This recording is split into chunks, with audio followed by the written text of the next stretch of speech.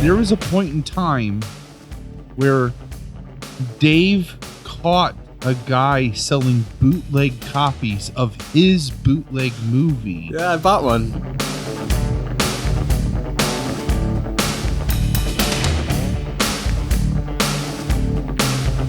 Basically, I saw the movie adaptation of that comic book and was so enthralled as like a 14-year-old that I spent the next 4 years of my own life readapting that already brilliantly cinematically adapted movie to VHS done by teenagers as closely adhering to the comic book as possible.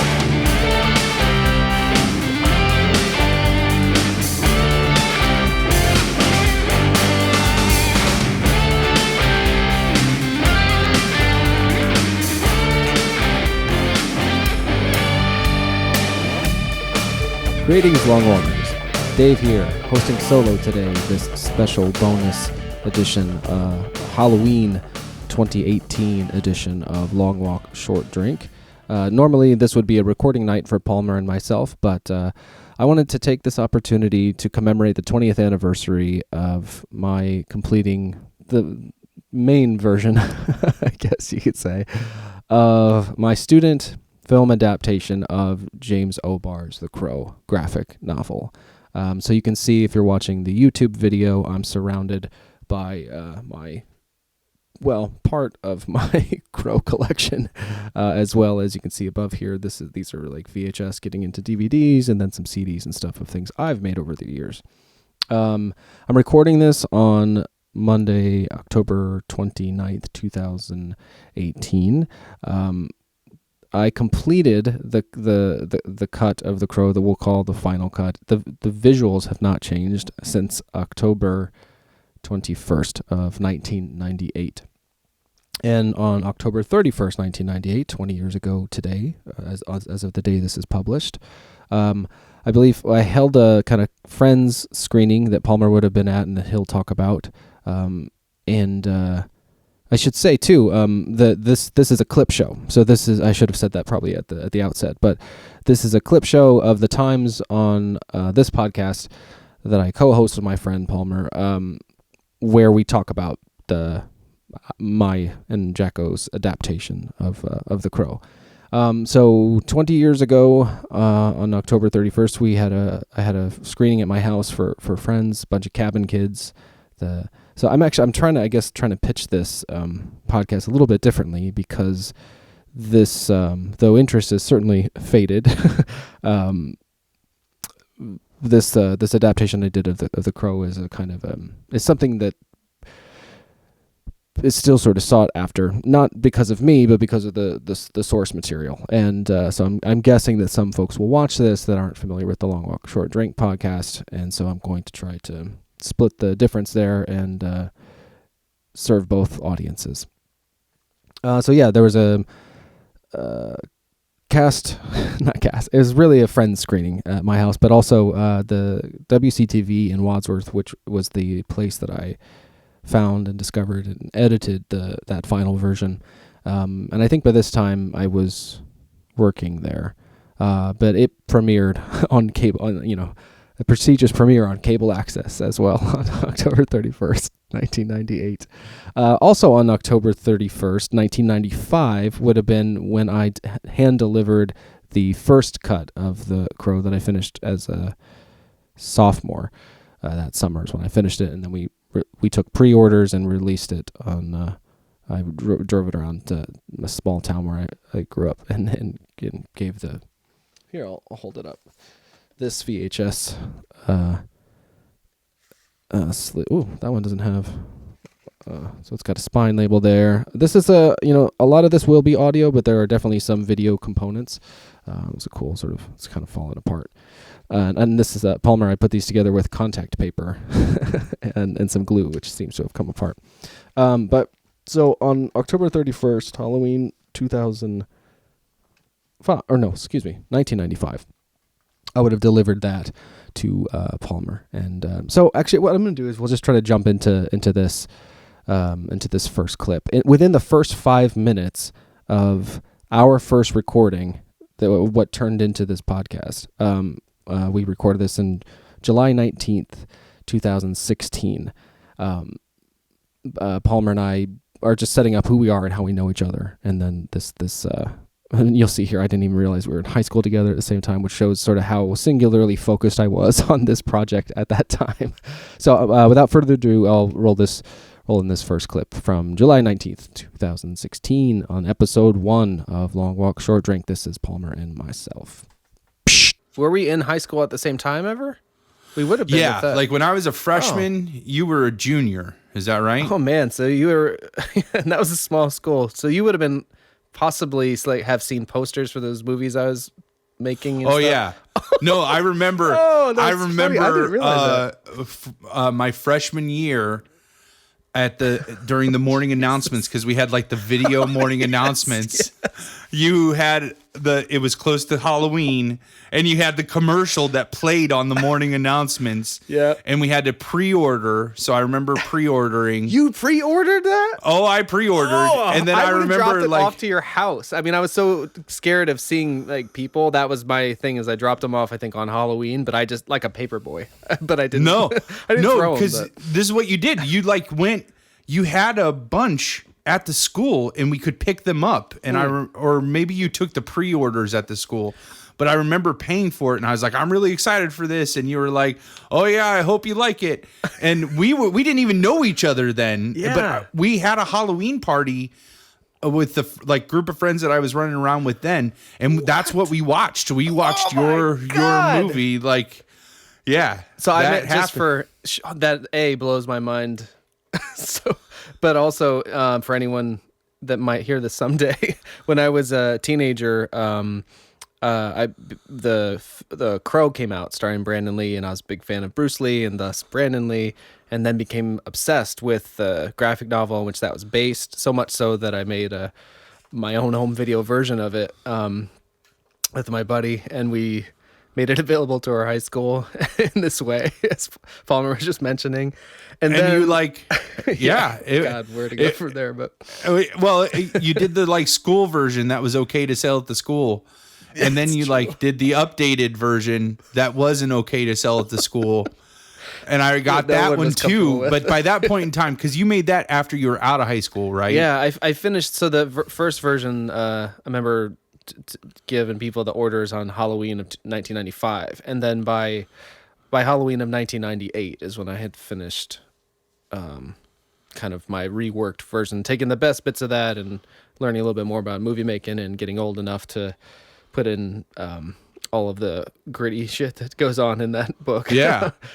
I just remember like, oh man, like because we were friends definitely by that point, because I remember getting the copy of the updated version and like being so like you graduated, and then it was the summer between my junior and senior year. At that point, I was hanging out with the cabin people. I was going out to the cabin. We should probably explain what that is too, I guess. Yeah. At least briefly. Which was just like this, so in our town, you either like drank on the weekends or you didn't drink, and just about everybody drank, except for this like group of friends that I ended up finding, like my first group of friends that I totally did that scene and I partied out, and I did not like what I was becoming. And it was like this perfect time in between my junior and senior year that I started hanging out with this group of people at this small cabin, literally in the middle of a cow pasture.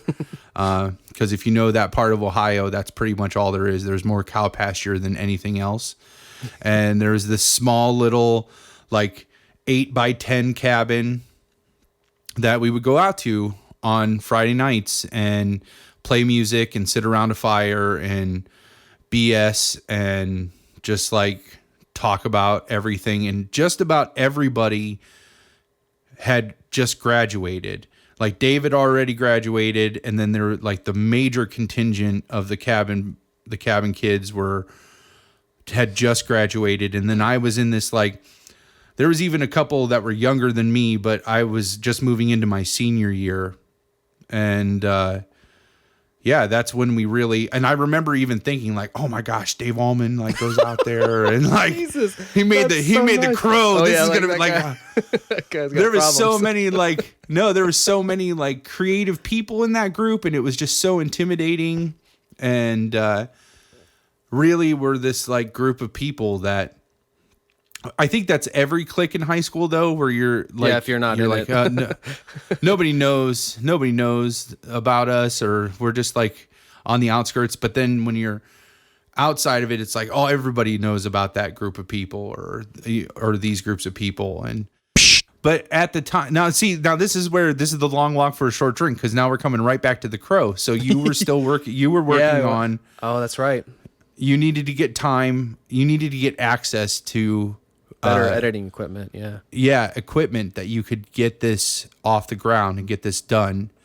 And through that's how you got the job at the public access channel. Yeah, I would go in there to edit, and I had so much to do that I got to a point where they knew me, and then I asked if I could start coming in like right before they closed, and then just work through the night, and then eventually just being around, because I would do that at least like 5 days a week, I guess, and it was a tiny staff.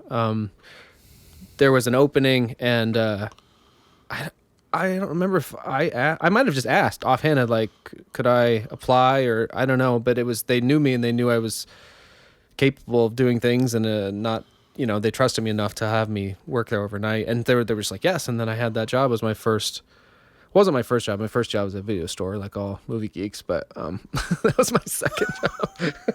Awesome. So there you go. In the first few minutes of what turned out to be our pilot episode of the podcast, we talk about this Crow adaptation that I did as a teenager and how it relates to me, but also how I know Palmer and how Palmer knew me. And it's come up a few times on the podcast, which is also another reason why I'm doing this show, both to commemorate the anniversary, but also just to have a kind of one-stop place for all things Crow. Viewers, and if you're listening to this on one of our podcast platforms, I encourage you to check out this one on YouTube. You'll find out why, especially perhaps in the next introduction segment. But right now you can see I'm wearing the only official Brandon Lee t-shirt, which I will talk in this next clip about how I came to know about The Crow at all, which of course has to do with this actor. You can get this t-shirt from brucelee.com. But I thought it was kind of cool that family acknowledged The Crow in this way, even though it was it was ultimately the job on which Brandon Lee lost his life. But anyhow, so I came to this as a fan of his, as you'll hear in this next clip from episode 22, which was a revenge theme episode. Both Palmer and I give our favorite revenge films, but also when we invited on my brother, who we call Moto, and friend of the show, and his pal Shamrock, as well as Mr. J, and we each talked about our favorite revenge films and why, and it was a very long and ultimately rather drunken conversation. It was one of the first we did video streaming for, and for this clip show, I decided to try to marry the audio to that video, which turned out to be more of a project than I would have liked, but I'm glad I did it, and I'm glad that you can kind of see us talk about our favorite revenge films. I mean, ultimately, I'm just going to feature mine here, which of course is The Crow. I don't think I end up talking about the movie much at all, except for first seeing it. I end up talking about the book, which of course I'm a great big fan of. You can see behind me on the YouTube version, I have all of the English editions and all of the Caliber extras and the Tundra right here. And when they went on to publish many of the different, like the Razor, oh my God, I don't even know, dozens. It's really overwhelming. I got the Graffiti Designs one here that has the Trust, Obey, Fear, and Bullets soundtrack, all into some novels and stuff. And below here, I have 1, 2, 3, 4, 5, 6, 7, 8, 10 binders. This was like scripts of The Crow, early drafts I was able to find online. Okay, this is not going to turn into my Crow collection. But But I did want to surround myself with some of this stuff for this recording. And actually, you can see over my, what would this be, my right shoulder, I just slapped some stuff up on this wall because it was kind of bare when I tried to get this bookcase in. And you can see the famous Eric up to his elbows in blood poster and cover of the Tundra issue Death. And then you can see below that, you can see at the bottom here, I'm sorry, podcast listeners, it's hard. I'm looking. Okay, you can see there, that's the cover of the very first issue called Pain. And then right up above that, I'll tell you where I got that before I introduce the last clip. But without further ado, here is, with video, our discussion from Long Walk Short Drink episode 22, recorded on May 11th, 2017, with Moto, Shamrock, Palmer, myself, and Mr. J. Psh. Dave, what's your pick? Mine is The Crow. Oh, fucking A. That's The Crow strikes back. I really have no right to pick anything else. Yeah. Dave, do you know anything about The Crow? Do you know? I saw it when I was a kid. I loved it, so I rewatched it recently. But that was about it. You beefed up on. You read the Wikipedia page before we started recording, right? Like, yeah, I got it printed out just in case. Yeah. What are you talking about? He wrote the fucking Wikipedia. I know. I did used to check the IMDb. I'm like, that's not right. I gotta go in there and edit that shit. No, what did he say on the one episode? He's just like, I care just under enough to not lose my life to maintaining the JCVD Wikipedia page. Stand by that. It's a good thing I got this going on. I care just not enough. I know so much about The Crow just because of you, Dave. It's insane. Yeah. That's awesome. That'll enrich the discussion. All of my Crow knowledge has come secondhand from Dave. That's for sure. Like, and this poster. Well, so for anyone, and there's the poster right there. And by the way, it was written by a Marine. Oh, fuck yeah, it was written by a Marine, Mr. James O'Barr. When I met him maybe 2 or 3 years ago, he was wearing an army jacket with a Joy Division patch, and that's what you want when you meet James O'Barr. Absolutely. And so the Crow is based on an underground comic book written by James O'Barr, an artist that's his main claim to fame, and he wrote it as the result of a personal tragedy. As a teenager, his girlfriend was killed by a drunk driver, and then he engaged in some very self-destructive behavior. He enlisted in the Marines to try to bring some structure to his life, and maybe keep as he says, the razors from his wrists. And while he was stationed in Germany, listening to a lot of Joy Division and The Cure, he made this sketch, something called Crow, and it was essentially this kind of leather-clad figure wearing the drama mask. I think it's for irony. So it's like he wears a smile. He wears a makeup. It's actually British, I think. The three masks of it's in America we just have drama and tragedy. But I think this is literally off the top of my head, so I could be wrong. But it's I think in Britain they have it's like drama, tragedy, and irony. And so the Crow was this sort of central figure. So he was an artist. So he channeled this anger and rage he felt at having someone torn away from him into this, what ended up becoming this comic book that he did as kind of therapy, as he said. But it became so the premise of the comic is that a young couple is their car breaks down and then a gang drives by and on a deserted road, and they rape and murder the girl, and they shoot the man in the head, and he goes to the hospital with the head injury. And as he's kind of in his dying moments, he's sort of seized upon this image of a bird, a crow that he saw maybe flying in the sky when they sort of suggest that as the torture of his partner, his fiancée, they're newly engaged, was going on, that he was kind of semi-aware, and he has this like sort of split scar across his nose where the bullet wound didn't quite exit, and then as he's kind of, as he's flatlining in the hospital, he sort of sees this. The whole thing is this crow bird is saying like, "Don't look," trying to tell him like, you don't want to see this, kind of what's happening.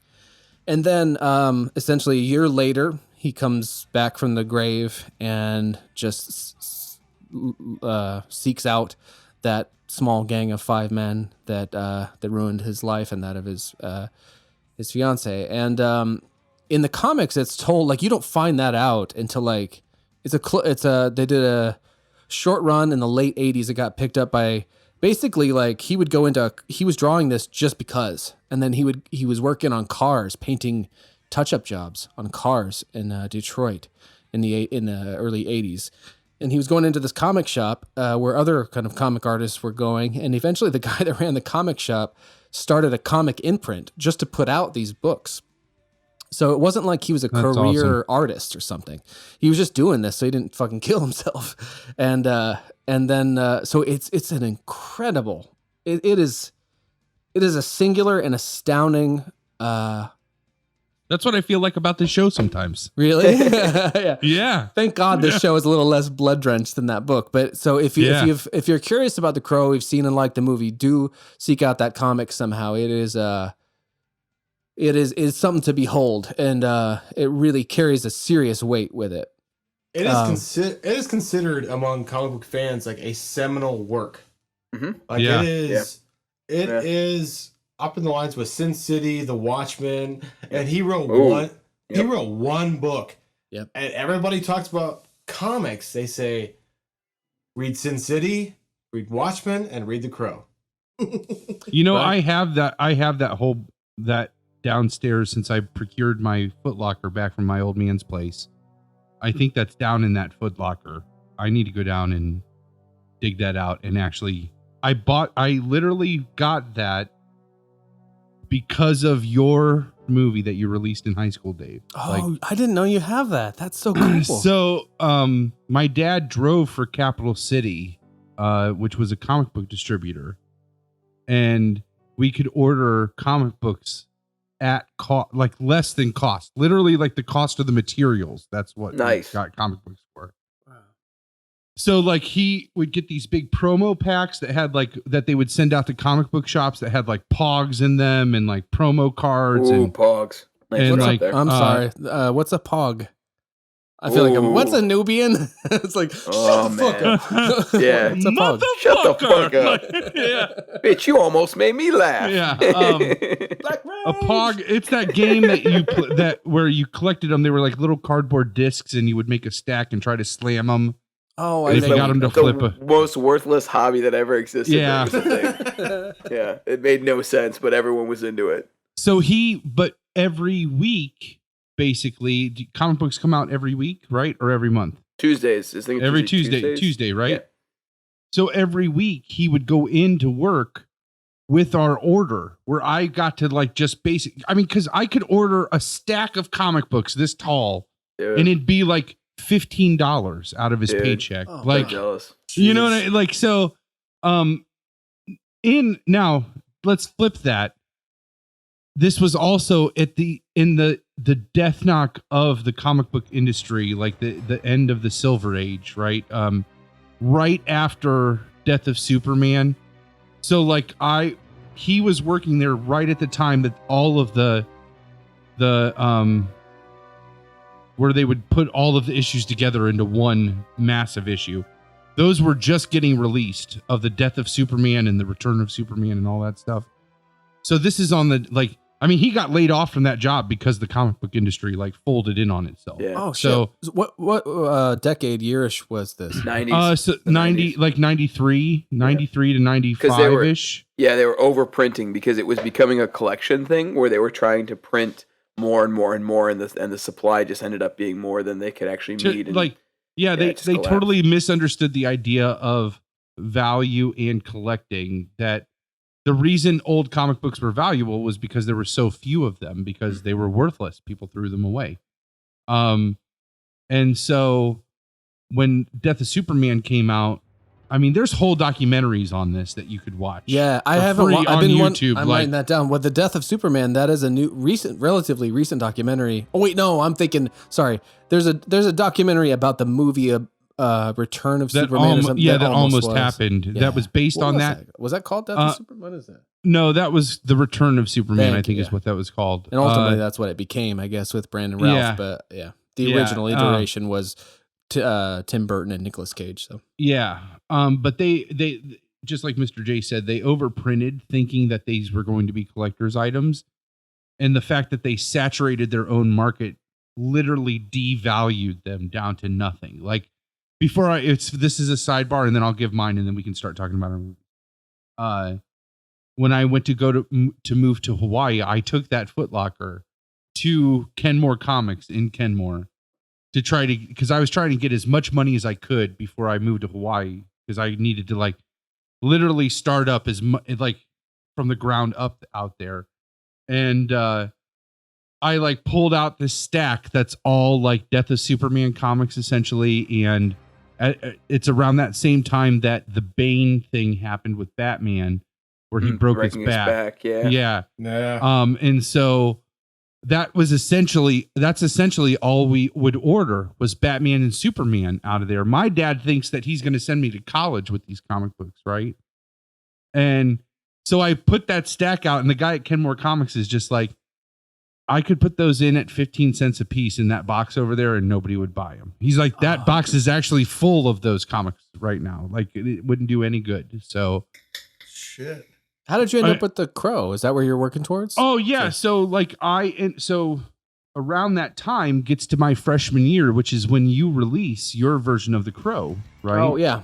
And just in the interest of every comic is someone's first comic. I won't get into this too long, but basically I saw the movie adaptation of that comic book and was so enthralled as like a 14-year-old that I spent the next 4 years of my own life readapting that already brilliantly cinematically adapted movie to VHS done by teenagers as closely adhering to the comic book as possible. And so that's what Palmer's referring to. So you don't know, I don't know you beyond we ordered that copy of the Crow. Yeah, to have at a Halloween party. Yeah. And you know, I thought about it in hindsight. You did deliver that. I remember you delivering that to my house on Sunset. Yeah. So that's I came to the door. I'm so amazed. I had the bravery and to you do had that. like you had a brown paper bag, and like you fished out your copy of the Crow, and you're like, "Thanks a lot for ordering." And I was like, did? Oh, yeah. And now this is so funny. This just fucking shows you how small Rittman is, right? Because I'm like, oh yeah, holy shit. Dave Ullman is on my fucking porch giving me a copy of his movie. Like, that's how cool this is. That's like, nice. So that made me cry a little. Thank you. That's very cool. I didn't remember that because I think I was very stressed about that whole idea of like dropping things off at people's houses and stuff. That's very cool. So around that same time, Dad's working at Capital City distributing comics, and I'm filling out the order form for the week, and I would always look at what was new, like what reissues were and stuff like that.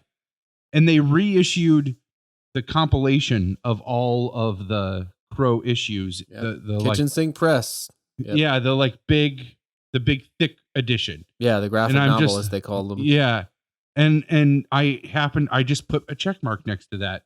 Because I was like, oh, I want to read this because this is what that movie is based off of. Oh, that's cool. Mm-hmm. And it came and it went into the Foot Locker, and it literally, like, I never touched it. And I guarantee you it's down there right now, and it's pristine, like in pristine condition. Right now you need to go back to that comic book guy and go check this shit out. Yeah. What do I get for that? Yeah, so, 15 cents, bitch. If I can find it, I will take a picture of that and tweet it out. Oh, that'd be great. If it does not say now a major motion picture, that'd be pretty cool.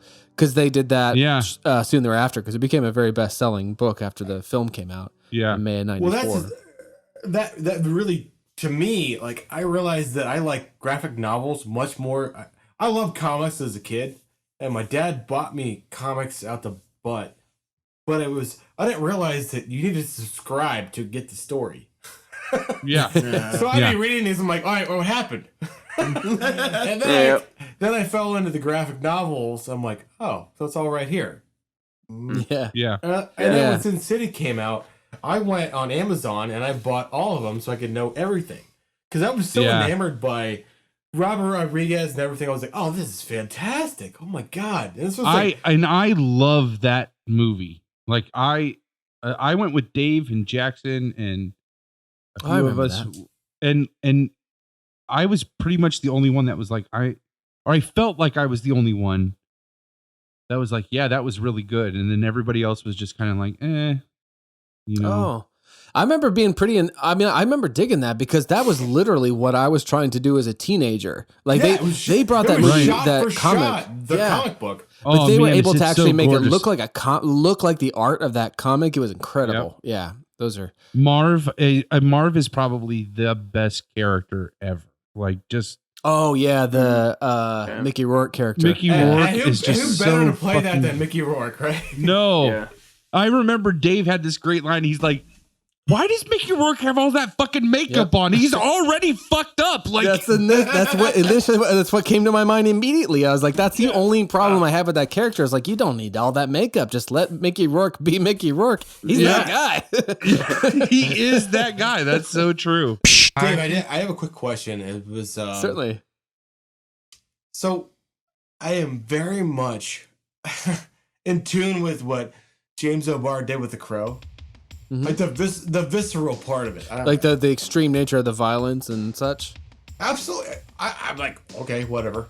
Does that make any sense? No. Yeah, say more about that. I'm very intrigued, but I haven't followed just yet. Well, when I was I went through boot camp, one of the worst, at least for the Marine Corps and the Army, and they showed us a lot of crazy slideshows and stuff to try and desensitize us to the violence. Yeah, like, what a great idea. I never thought about that. Oh wow. Oh my God. But it wasn't like we weren't aghast at it. We were just like, oh, this is what we're trying to be. This is what we want to be, and this is we're here to defend our country. We're here to do this and do that. But they're showing us this. Hey, this is what they do to us when we go over there. And I was in during. I wanted to be what's called a 912er. What's that? A 912er is yeah, I didn't even know what was going on. I was walking to class on 9/11. Okay. I'm starting to piece it together. A 912er is the guy that just, all right, fuck you. I'm going out. Next day, I'm out.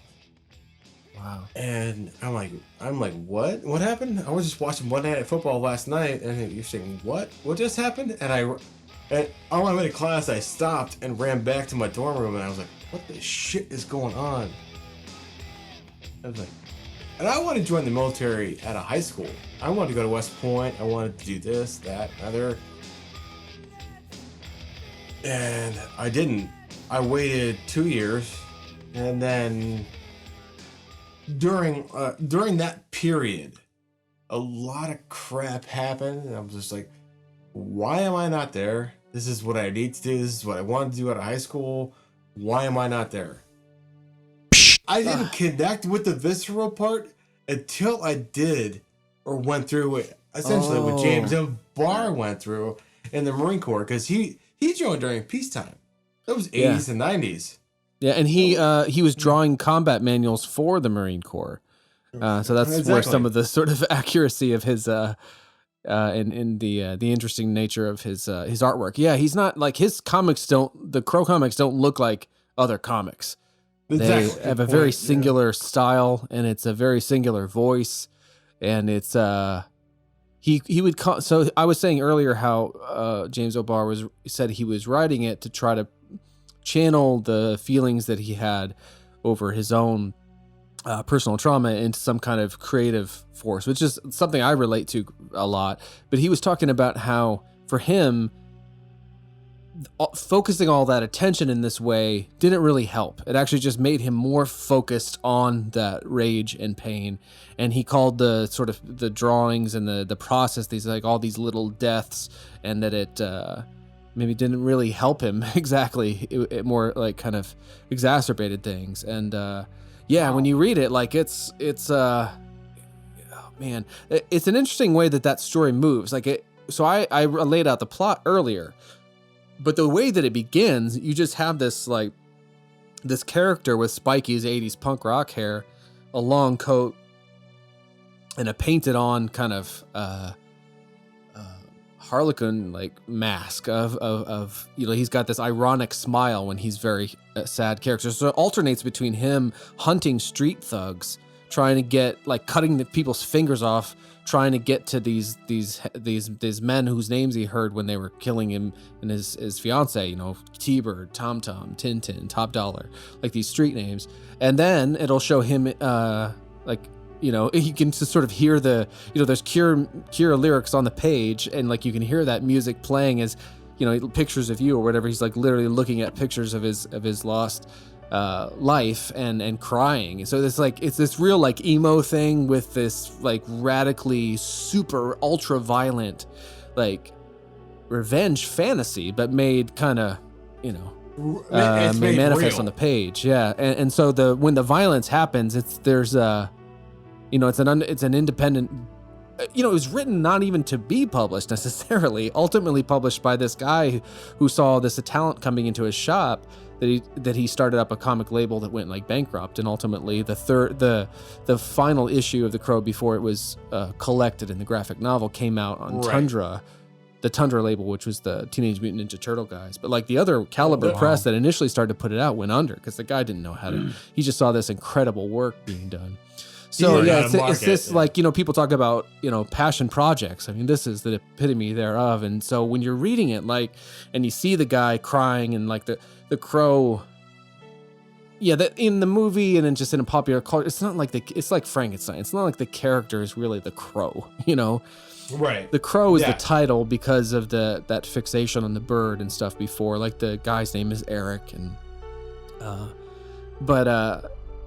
it's a little of the Batman thing. He's like trying to strike fear into the heart of the men that he's encountering. He's like, tell these fucking guys I'm coming for them, Yeah. So it alternates between that and him like being morose and crying in their old house, and like he's trying to kill himself, like cut his own wrists, and it's like, I mean, when I picked up, so I went to see the film on opening night because I was a fan. This all ties together in a way, actually, because I was a fan of Bruce Lee growing up, as I've talked about. I remember your dad taking us to go see that movie on opening Did you night. come with us one? Yeah, I went like 3 times opening weekend.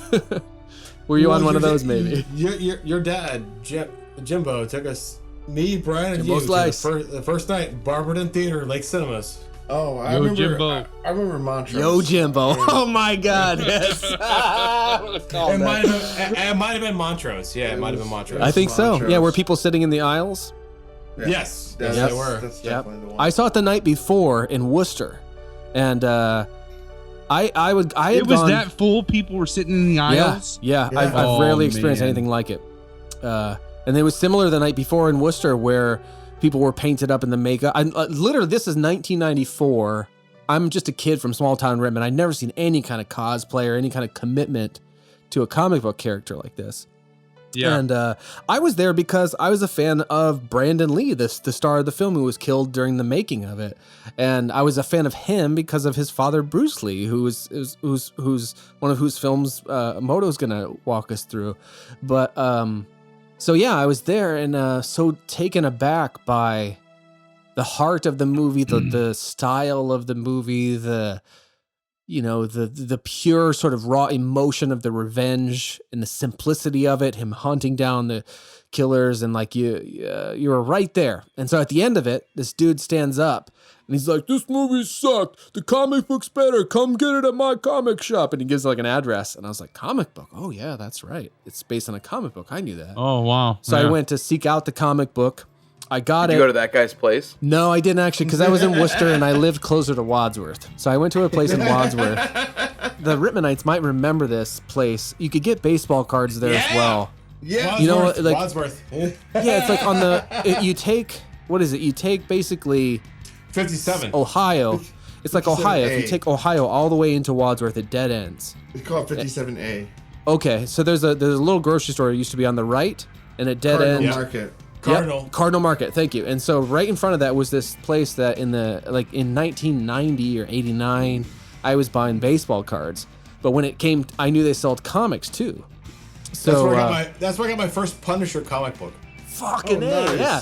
So that was that's I awesome. went there, and I bought. I don't know if we bought. I think we just bought one, but ultimately I bought like 3 very quickly thereafter and started to try to film it on VHS.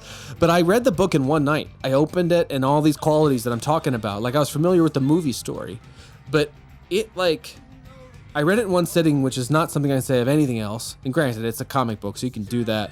I mean, it's a graphic novel, at least so many pages, but it also scared me. Like I was a little scared at 14 to like go to sleep. It had, I mean, that book got under my skin in a big bad way. And that's why I say about the visceralness of it. Cause it's like, it's just ink and paper, you know, but you can feel the trauma and the bloodshed and all of the tears. Ugh. And I'll say too, when I met the man that wrote it a couple years ago, like you see his eye. When I looked into his eyes, Nice. he knew of me because of my, spending so many years on this and getting to send it to him. And fans of the book became fans of our little VHS adaptation, so got it torrented and stuff. But looking into his eyes, those are Eric's eyes. It's fucked up, and like Oh, this, so it's a shit. real human being on the page. And Whoa. Yeah.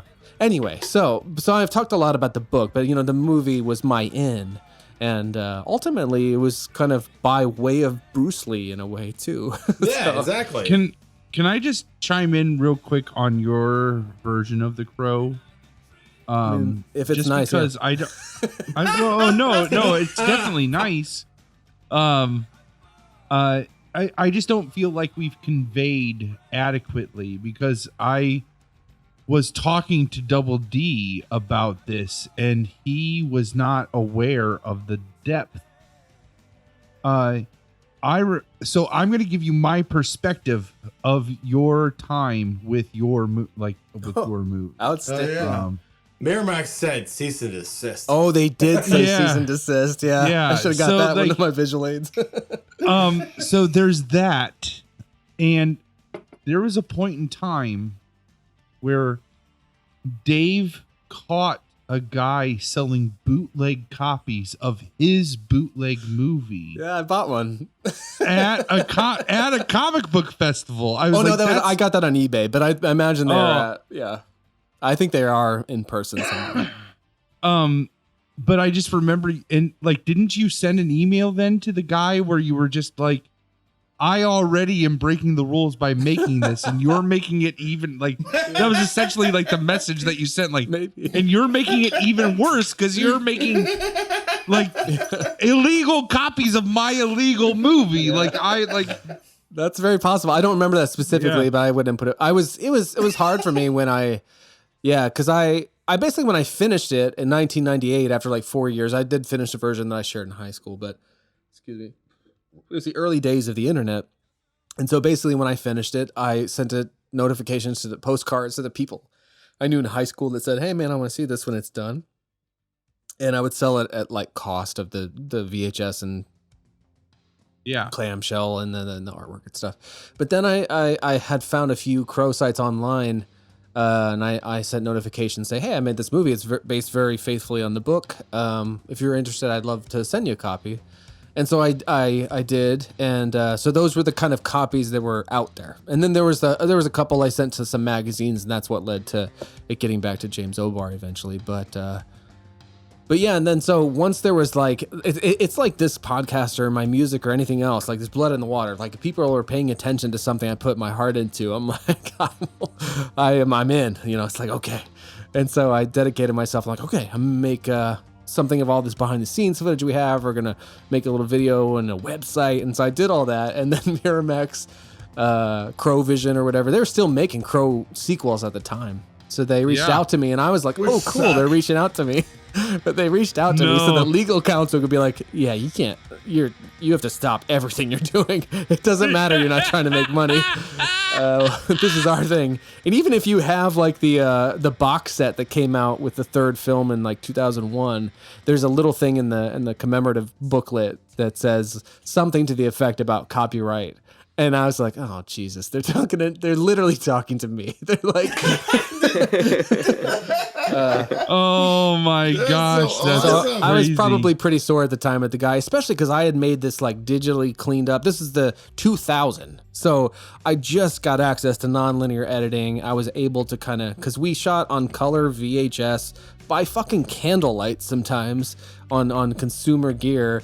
So I was able to kind of like make it look as good as possible. A couple years later, there's an edition in 1993 before the movie came out that actually has a soundtrack companion CD where the lyrics are like a collaboration between James O'Barr and the guy that wrote the introduction, John Bergen. And I got permission from him to use the soundtrack that he made to the book for our little movie. So I rescored our movie to his songs written with James O'Barr's lyrics, and he had some couple musical like pieces that didn't have. It was like heavy metal music. I was the musical supervisor for James O'Barr. Exactly. I was just about to say that. So there was one ballad on the piece, and there's a lot of romantic things about this movie. The Crow is ultimately a very romantic story about someone, because the idea in a way is like that he can't rest. That he can't rest until this right has been wronged. And so when he's trying to cut his wrist and kill himself, like he can't, because in the comic he's just sort of brought back of his own will. And they invent some stuff in the film as to like some rules about the afterlife. But in the movie or in the comic, he's just brought back out of sheer willpower to seek vengeance. And then when when the vengeance has been had, he blows his fucking brains out, and then hopefully they don't show that explicitly, and that's one of the reasons I went to the internet to try to get to the bottom of what these final panels were. But in any event, so there's one ballad, and I needed to help with the romance, and we were going to try to make it like a legit version that could possibly be shared. So I'm like, well, my brother's a good musician, so I give him the ballad, and he creates instrumental versions thereof to help round out the score of this piece that literally almost no one has seen this version that was created in 2001.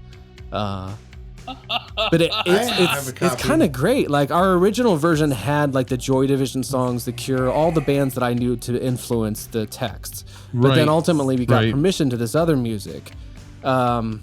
Anyway, I'm kind of getting far afield, but yeah, like, so Double D, I was fucking into it for a long time. And then there's documentaries about it, which I would share this stuff, but like, it involves a lot of other people. So it's not a copyright thing so much at this point. It's more like, I don't want to embarrass my friends who are now, Yeah. So I don't know if I'd get in trouble these days to try to share the movie, but ultimately I just did, it would embarrass too many people. I'm at a place in my own life and kind of creative endeavors where I can take it all in stride, and but I can't imagine that anyone else involved in the production would feel that way.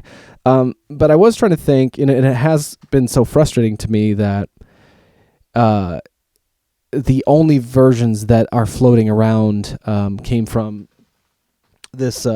What I put together, again, YouTube viewers can see in 1998.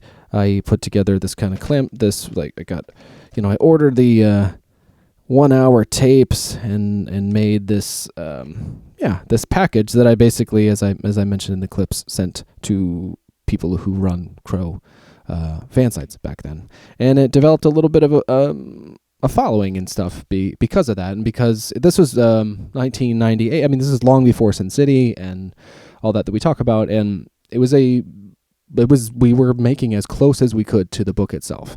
You can't see it, but I got 1, 2, 3, 4, 5, 6, 7 big binders plus, and the illustrated script is over there, and that's the biggest binder I own. And I'm looking at it, and I think it's a 4-inch binder, which is basically I put together the 2 editions of the comic that I cut up and made into kind of scripts. And anyhow, but so what am I trying to say here? So, oh yeah, I have the bootleg. I'm not sure where. There's a similar thing, like clamshell type case, but it was it was someone.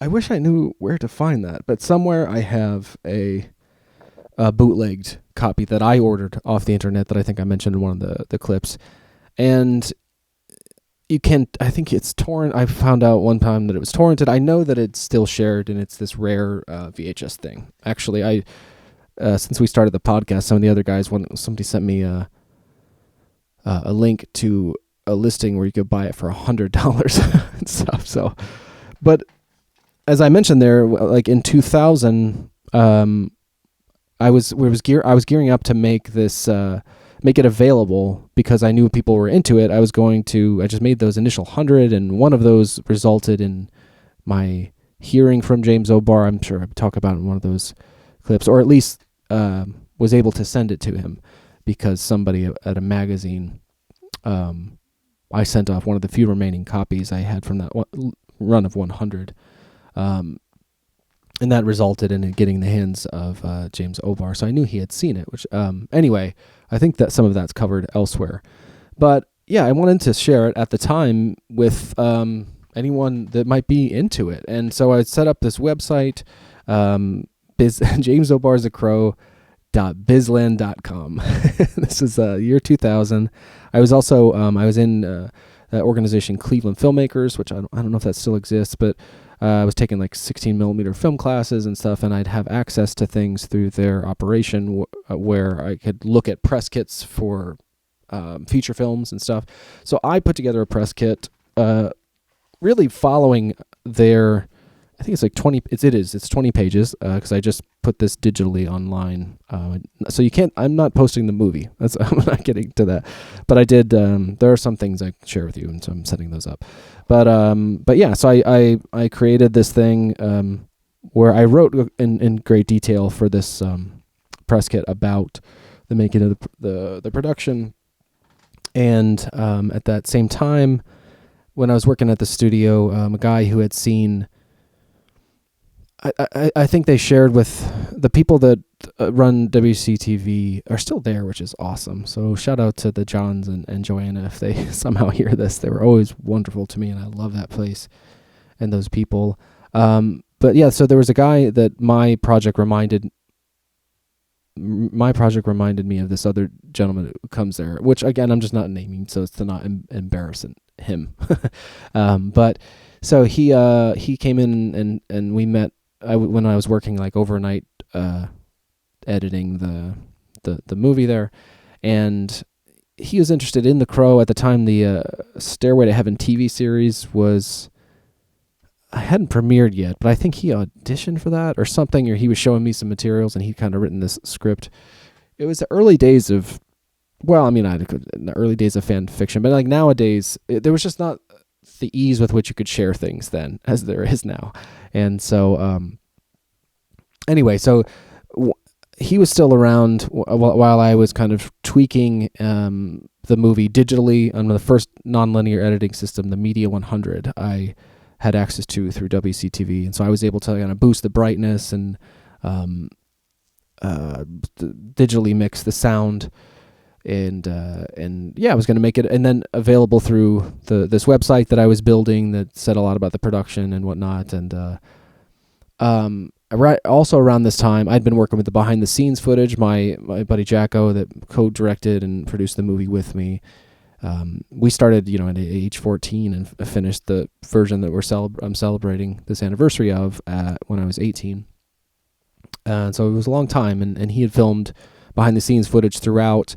And in 1999, this guy who was interested in The Crow and coming around WCTV, his nickname was Crow, which I guess we didn't call him that, but I think it's fine to say Charlie, whatever. I'm going to call him Charlie. That's his name. But so Charlie he wanted to make a documentary about the Crow and maybe the Crow phenomenon, because by this time City of Angels had come out, the TV series was coming out, it had become this cult phenomenon, pop culture phenomenon. And goth and all this was in vogue at that time. So he wanted to use our production as a means to explore The Crow as a larger thing. I think I talk about this in one of the clips, so I'm sorry to repeat, but I'm setting up something that I hope will be kind of a boon for people interested about our production, and for me, honestly, to be able to share something. But so I sat for an interview with him, I think 2 days, because he didn't cover everything he wanted to.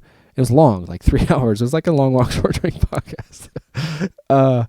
And then we interviewed, or he rather interviewed my buddy Jacko, and he was going to use this stuff as the basis for this documentary that I think he was just calling it Dust and Bones. And he was making soundtrack music, and we were going to kind of explore. We did like the first like 2 minutes. I was going to help edit it, and there's a little bit of background on The Crow and whatnot.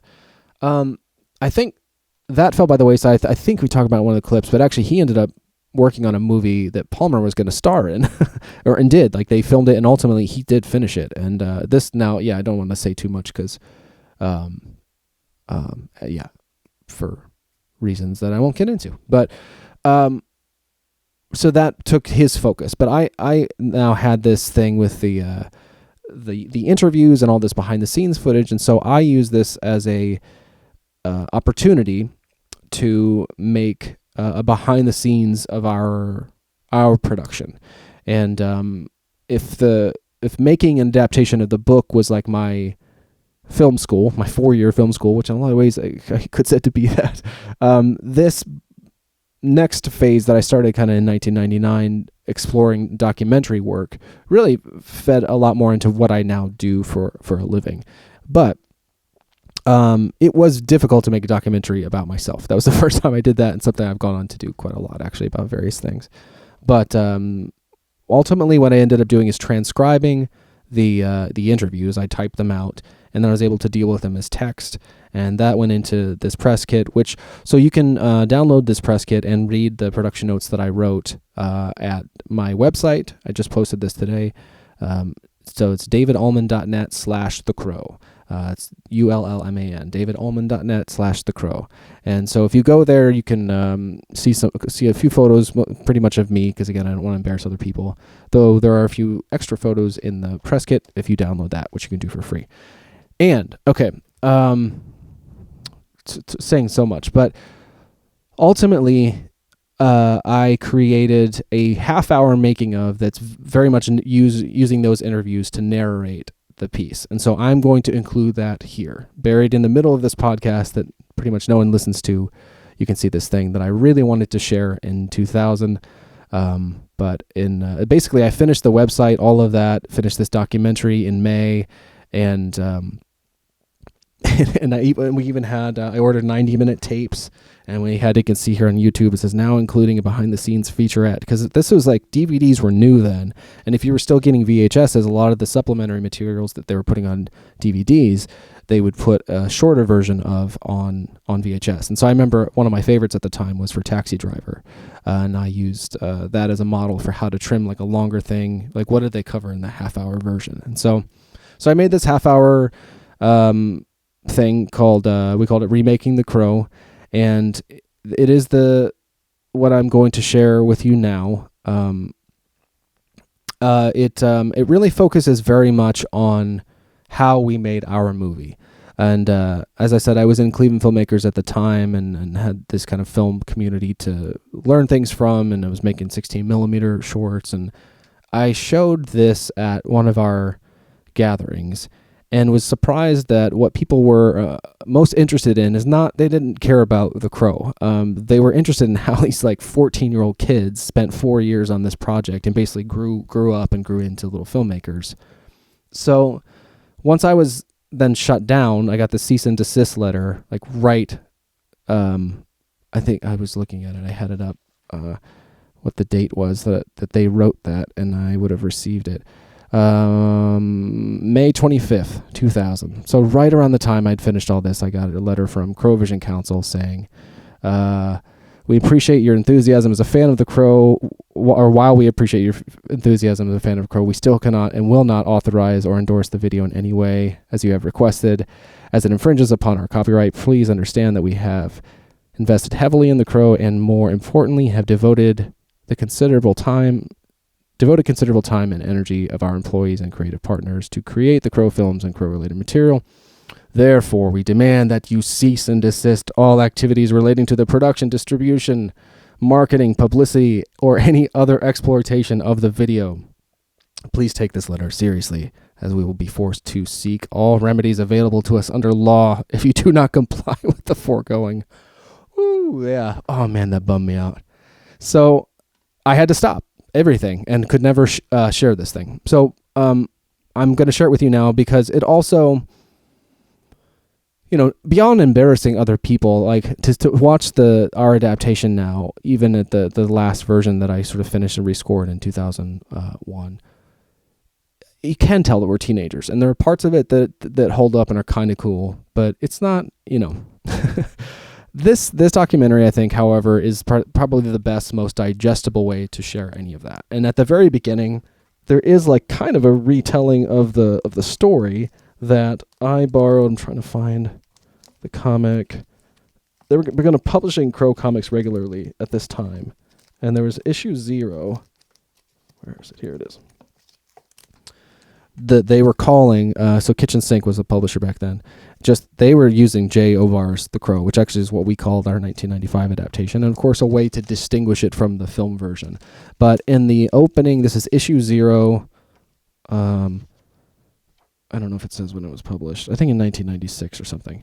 But it starts with this love letter type recap written by Ovar and with this montage-like redrawing of the events of the original story that they were then kind of taking on to include like other people being brought back by the Crow and making this mythology out of what was once this closed story. So I, under Charlie's suggestion and guidance, he had me read this love letter. I think I probably just read it holding the book.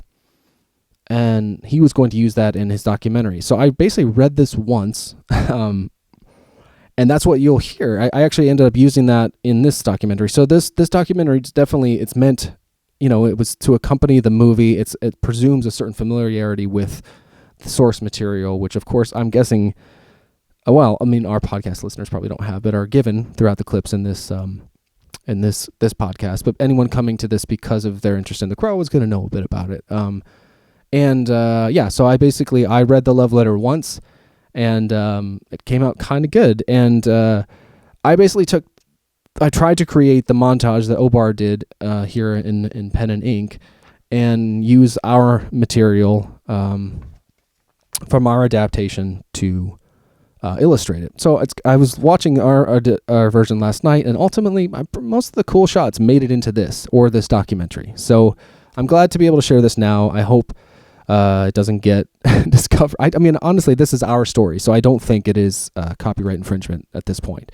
And ultimately, once I learned that what people were interested in was our story, objectively outside of The Crow, I spent another year or so building out, using more of the behind-the-scenes footage as documentary footage to kind of tell that story. And that story, or that, I called it Inertia, Remaking The Crow.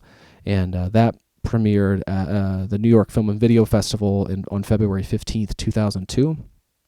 And that has too much documentary stuff that I feel like that would embarrass some people. So I'm not going to share that. But I think this is probably the best thing, again, to share. I think I don't think it's going to be ready by the time I publish this, but soon thereafter, there will be a page on my site devoted to that documentary that maybe I'll have some clips or something, but certainly a write-up of that premiere. So if you go to davidullman.net/inertia, you can see whatever I, share there. Again, it's not going to be the movie. But yeah, so I will share this 30-minute documentary called Remaking the Crow that I put together based on those interviews that Charlie conducted, and thought it'd be good for the podcast as well because it's a very audio heavy, experience. So if you are a podcast listener and you are listening to this and curious to see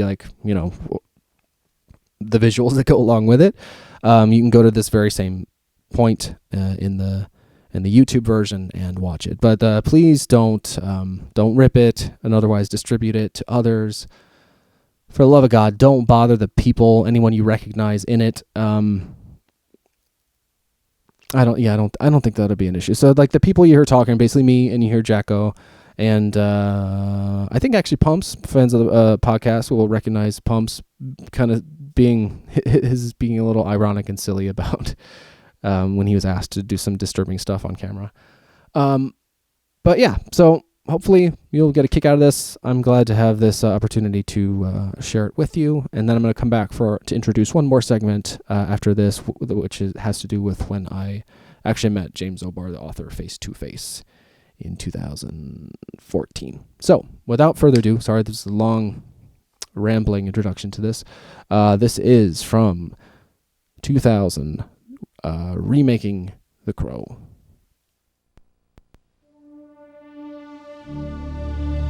1,000,000 years ago, God sent me an angel. She was everything to me. She was my day and my night. She was my soul, my breath. She was my reason for living. 1,003 years ago, the devil took her away. My angel's name was Shelley, and we'd just begun to build our lives together. We were to be married. Then the shadows fell, and the demons laughed, and the tears of God fell like rain upon the garden of pain. The flowers of sorrow bloomed, opened their bleak petals to bathe in the trauma. I heard so much inside I need to let it out. I want the physical pain to match my soul's torment. I cut myself with razors, throw myself into broken glass. I suck in bullets like cigarette smoke. The devil's children had names: Tintin, T-Bird, Tom-Tom, Fuckboy, and Top Dollar. And now I'm an unstoppable machine of death, spreading a hideous fury across the heavens like some medieval plague. I'll not stop until they're all in hell. I'll kill them all and everyone who shares breath with them. I have no mercy and ask none. I'm the monster who kills monsters. Shelley taught me to laugh, to dance, to live, and to love. She's what I waited my whole life for, and they took her away. My only joy left is to watch them die, slowly. It was just a random act of senseless cruelty, nothing personal. Wrong place, wrong time, victims of circumstance. A broken down car on an old road, madness, pain, and shadows. My God, the shadows. Pure evil came to life with such brutal conviction. Like a steamroller, it was unstoppable. A hurricane of torment that tore our lives. Shelley, I'm so sorry. Please forgive me. There was a loud noise and a dull pain in my head, and my body went numb. I couldn't move. I could only watch as those unspeakable acts were performed, as those demons took turns. I'm so sorry, baby, so sorry.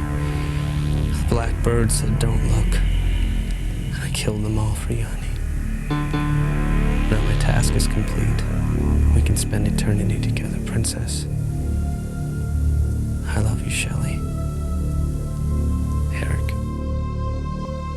The first images I remember seeing of the Crow were little bits of press in Entertainment Weekly, reporting on some of the troubles that they were having. I remember a quote from that saying, one of the guys said, this is not great, but this is nothing. I've been on sets where people died. And then a few weeks later, they had their cover story, Blood on the Set, it was called, and had a picture of Brandon on the front and an article about how he was supposed to have died. I remember being aware that it was a comic, but for the longest time I could have cared less.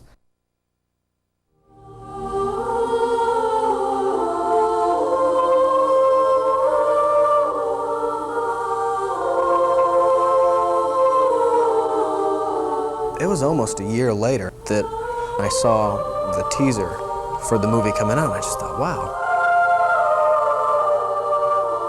I remember the image of Shelley walking towards him that would appear at the end. And I remember the image of him flying through the glass, turning upward. And it was just all to this choral music, and it piqued my interest, so I was really excited when it was coming out. And I was about 14, and it came out Friday the 13th, I saw it Friday the 13th, May '94. And when it started to, when the credits came up, that Miramax logo and Brandon Lee's name stuff, people were cheering, and they cheered all the way through as he would kill the various thugs. And it was just this incredible experience. Most I remember everyone's reactions. Everyone just loving the movie. Everyone just clapping and cheering, and some guy screaming screaming about the comic book, how the comic book was better. Like, you love that? Read the comic book. I remember just thinking, wow, I got to get this comic or anything to do with this movie. I remember getting the soundtrack, and soon after that, I got the comic.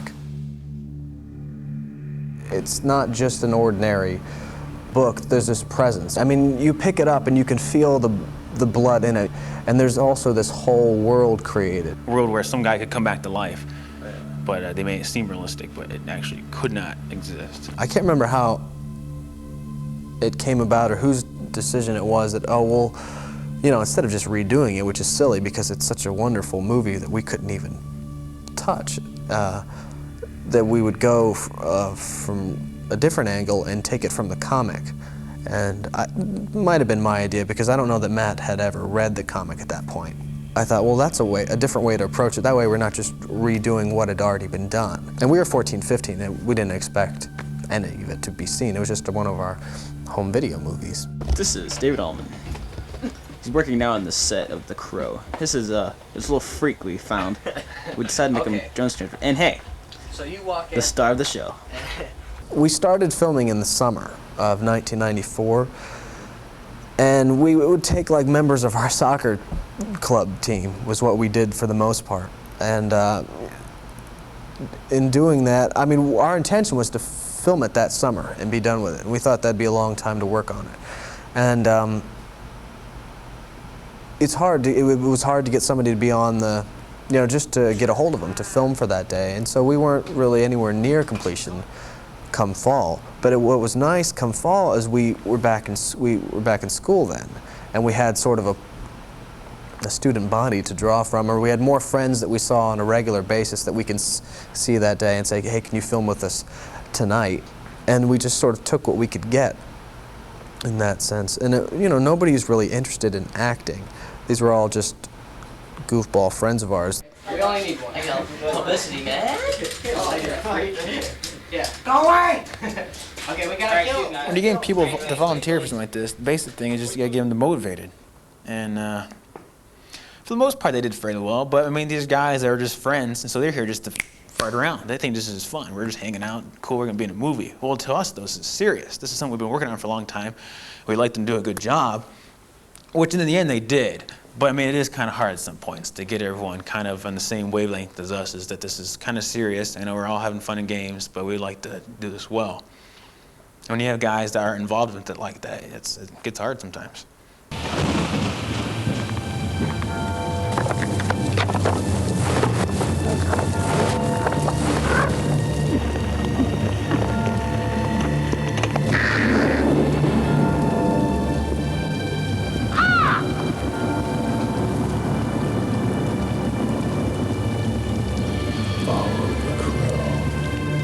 We wanted a physical role for Matt, and so we came up with the Skull Cowboy thing, where he would, and it also solved the problem of who was going to utter the Bird's lines and the Bird's role in the book.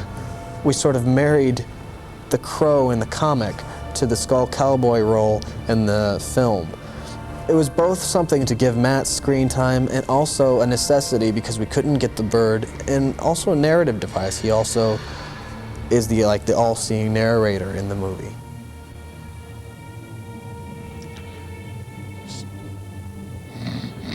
Still, so still in the city tonight. 12 o'clock, tick-tock, and all that is good slips away like a beaten dog, and evil centrifuges into a whirlpool of cruelty. the book is very localized in Detroit. And, well, for us, we couldn't go to Detroit. We knew what the feel of it was. We knew it was to be this urban Gothic piece. And coming from a small town, that was kind of difficult. There's a very industrial section of town where there's a salt factory and a packaging company, and that sort of became our backlot. The only thing we had problems with actually doing location is the fact that you are not on a set, and you're not on location where people know you're on location filming a movie. You're just in some public place, and they think you're fighting. I mean, you got some guy dressed up in this crazy-ass makeup, beating someone, and then just between two buildings, they don't know what's going on. I mean, they might not even see the camera. They see two people fighting, so they're calling cops. Cops are coming and talking to us. We talked to so many cops. And that's just the problem, is the fact that we have to deal with people who don't know what's going on. People driving past, looking at us, people like wondering, people asking us, bothering us. Just things don't account for the weather. I mean, raining when it's not supposed to rain. Raining when we have to rain, and not raining, and just, now it's a pain in the ass. This is our rainmaker. There's not much anything left in this. I don't know how it's gonna look. That's basically all it is. We didn't have everything planned before we went on to the set. We had a couple of things planned, and it wasn't in consistency with the rest of the picture. It was just kind of one day at a time, and then with little attention to detail at first. And then we sort of had to make up for it along the way. We're serious about it to a point to make it good, but not serious about it to take the time to make it good. We just got whatever we could. Got whoever would be an actor. We'd finish something just to be done with it. Then be pissed off that wasn't good and redo it. If we just took the time the first time to make it good, it would have taken 4 years.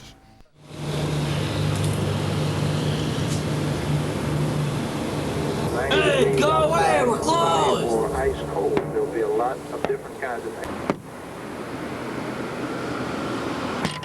Go away, dirtbag, we're closed! Next to the old scene. Plan to extinguish the demons. Mr. Gideon, I believe you have something in mind. The look of our Eric wasn't that from the comic with spiky hair and sort of feminine features. It was from the Brandon Lee movie with sort of more stylish long hair and the leather coat and tape around the waist and stuff. And it was just it was just me being Brandon Lee for the most part. Or just, it was too much from the film. The whole point of doing the movie was to do it from the comic book, and here we're just taking scenes from the movie that we thought were cool.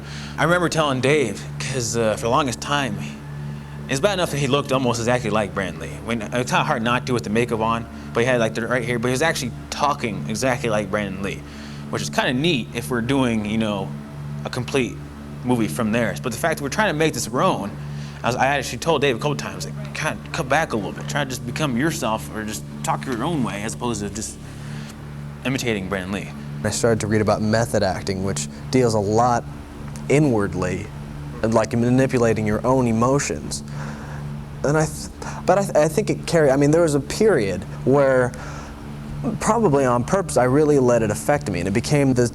I was going for this method acting thing. I thought it was cool, and it wasn't trivial to me at the time. And I couldn't live the part on the set so much. I mean, I could maybe a little, try to do it during the take, but I mean, I had to keep the production together, so I couldn't be a basket case on the set. But I let myself be a basket case in the rest of my life. Sucks. Fucking sucks. We are having fun. We've done these scenes like 3 times already. No, we're gonna be doing it 3 times. We have 92 pages left to film, so we're over half done. Because we filmed 113, but there's other stuff that we haven't done. Or the stuff that we have done, it's not the book. Stuff that we haven't done. It was definitely stressful. I mean, it was almost like a job at some point, because I'd wake up in the morning, I'd get my stuff together, and I'd go down to Dave's. This is what I did over summer. I'd go to Dave's and film a movie. And a lot of it just ended up not being fun. Tonight we're hopefully filming up at West Hill. Hopefully. There's a great big massacre at the end of the book where all the final bad guys finally come to confront Eric, and where the huge thing comes out and where he ended up killing everyone but T-Bird, stuff like that. And we were gonna film this as much as we could. I was a athletic trainer at the time, a student trainer for the football team. And I recruited a bunch of guys I knew that were on the football team. And I probably handed about 30, 35 flyers out to people, and they're like, okay, yeah, I'll be there. It's like a Saturday night. And when the time came about, I mean, we had a lot of, we'd actually had a story conference. We sat down, because it was a big thing, we're gonna have a lot of people to deal with. We're like, well, let's try to work this out so we know what's going on when we get there and what to tell the people. And only one person out of those 30, 35 people showed up. I can understand people not wanting to do it, but the fact that they told us they would, the fact they would said, okay, I'll be there, I'll be at this time, and the fact that they just wouldn't, for no good reason. When such a magnitude of people didn't show up for something that had this planning into it, we just decided to hang it up, and we boxed everything up, all the props and stuff, and took it up and put it away. It was definitely a little bit of both of relief and disappointment, because you'd like to finish it, spending so much time on it, you want to have the finished project, say, hey, this was all for something. But it was also relief saying, hey, I don't need to mess with this anymore. This was in November of '94. We'd been working on it since June when we called it quits. And by the end of the night, we'll start up again after Christmas break, after we get a good space in between it, and finish it up. And so we did, and then we filmed some more starting in late January until we actually shot the last thing we needed on the same day a year later, 1995. Then we had to go about editing it together, which what I was going to do. And all that we could come up with was using the camera that Matt had been using to film behind the scenes footage, his home camera, with a little equalizer enhancer in between to take the color out and to do some of the sound stuff. So I just set up this thing in my room in the late summer and put it together. The finished product it didn't look very good, and I wasn't really nuts with it. I mean, at the time, we were just glad to be done, but it kind of grew disenchanted with it after a while and learned some more tricks and started up again. I kind of was surprised that Dave wanted to go back and fix it. Actually, I mean, when you're done with something, you're obviously going to have a few things left you want to fix. You're obviously not going to be completely satisfied if you are a true perfectionist in the name. But to actually, I guess I was surprised to actually go back and redo it. So I think I was satisfied with it. I thought it was good. I thought we did an excellent job. From the initial shoot that we took a year to do and that we put together into a finished product, over half the movie that you see now is still from that. And we decided, well, we're going to refilm some things, make Fun Boy more in depth, just try to generally make it a little bit better here and there, augmenting this footage. I think I was still involved with it for a while, but not very much. And just slowly, within a few days, maybe, just got away from it. I just didn't have the time or the care. I was done with it. I wanted to move on. I need something else. I need change. It just became more and more personal to me. I mean, I saw something in it, or enough in it, or I felt that there was enough good things in it to sustain my interest. I think I understood that he was more serious about it, so I'd kind of step back and let him do stuff. But you won't be able to move. Ow. Yeah. I knew that it was his thing, so I would step back. And you are alone! It's all about me now! Not you! Not anybody else! Me! I think I made it fun for him to work. If it wasn't for me, it'd be just probably pure hell. In the initial shoot, it was a collaborative thing. We were both bouncing ideas off of one another. I mean, I might have had the stronger vision of how I wanted it to be, but he really kind of kept me on track and would really help out in a lot of ways. I mean, it was really more of a joint effort then than it became once he grew disinterested. Can we use friggin'? Yeah, we use that quite frequently sometimes. You guys ever use flippin'? Flippin'? Yeah, that's a good one. When freaking gets old. What the flip are you doing? There was no cursing in the original cut of it, and we were just, we finished it when we were 15 years old. This one I knew, the finished version I knew would take a little bit longer, that I'd be, around the time graduating from high school by the time it was done. And so we were like, well, to hell with what our parents might think. this is me talking more so than Matt, I think. I wanted to do it as it is in the book, and that means doing a death scene. The death scene at the end where the actual rape occurs, we didn't touch it off for the longest time, because at the time, we were 14 years old. For a while, before then, we were making movies. They're just kind of cheesy movies that we showed our families and showed our friends, stuff like that. Well, now we're talking about a movie that has serious matter. Like, we can't film rape. Come on, we're 14. Theoretically, we're not even supposed to go see movies like this, let alone make them. So, no, we can't do it. We'll find some other way to do it. So we just didn't do it. But then, after we redid it, and by then we're a little older, and Dave had lost all sort of, like, morals or whatever. We're putting whatever we kind of go in it. I think that is also why I kind of backed off from it, because I just don't like, I didn't want my family to see this. I didn't want them to know I was associated with this. And the fact that we were going to film rape, I was like, no, I'm not touching that. But I think we approached it fairly well, is that most of it is just implied. I mean, you see their reactions, the guys' reactions, but you don't see any of the actual stuff. And I wanted it to be terrifying.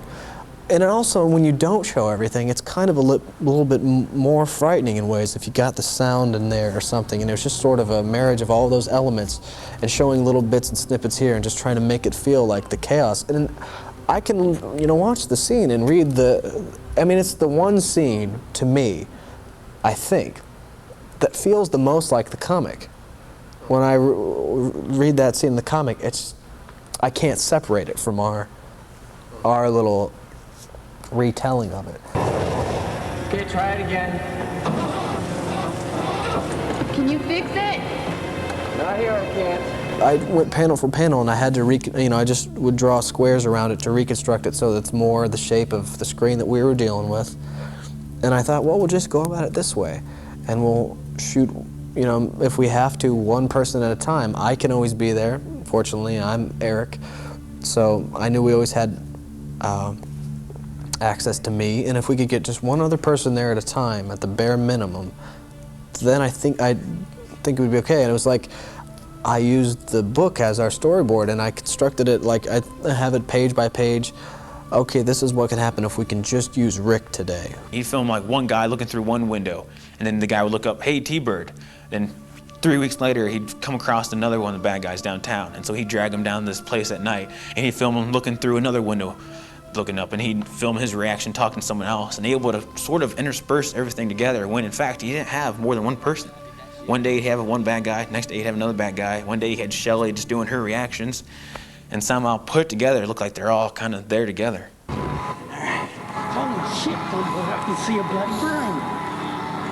What are you doing? I don't think you left your head, man. Hey, you motherfuckers got to raise the wall. Come on, let's get out of here. Come on, Fun. Give me a fucking minute. She ain't exactly responsive. It was a dark night on Rawiga. Dark night on Rawiga Road. Yes. A gentle rain was pouring, not really, from the pumpy spray thing. From the, that was the rain. They told me to lick the window. So I did. They told me to rock the car. So I did. They told me to pretend there was someone in there that I wanted to rape. So I did. You know what that did to me? Funboy in the comic was sort of the T-Bird of the Miramax film.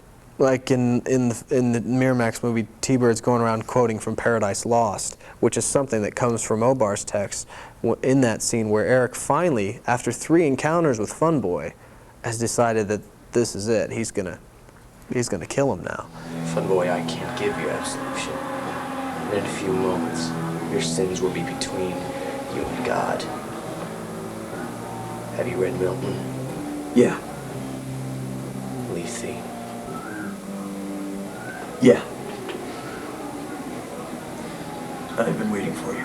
It's that time where Eric's realizing what he's becoming, that he's becoming no better than these men. And he sees in Funboy, he sees an understanding. Funboy understands what he is and understands his own evil. Funboy, your crime was the most important because it was in cold blood. It was the act of a soul having long ago destroyed everything within itself, accumulated immense strength. And this can be completely identified with the acts of total destruction soon to come. You were dead from the moment you touched her. Eric realized that Fun Boy's soul was lost, and there's no further evil that could be done upon his soul. He wasn't a being at all. He was a mindless vessel of evil. And to the point where, you know, there's no harm you can do to a person like that. Let him live with himself, let him realize what he's done, and then let him see that he has no remorse about the crimes that he has committed. And Fun Boy realized that before he died.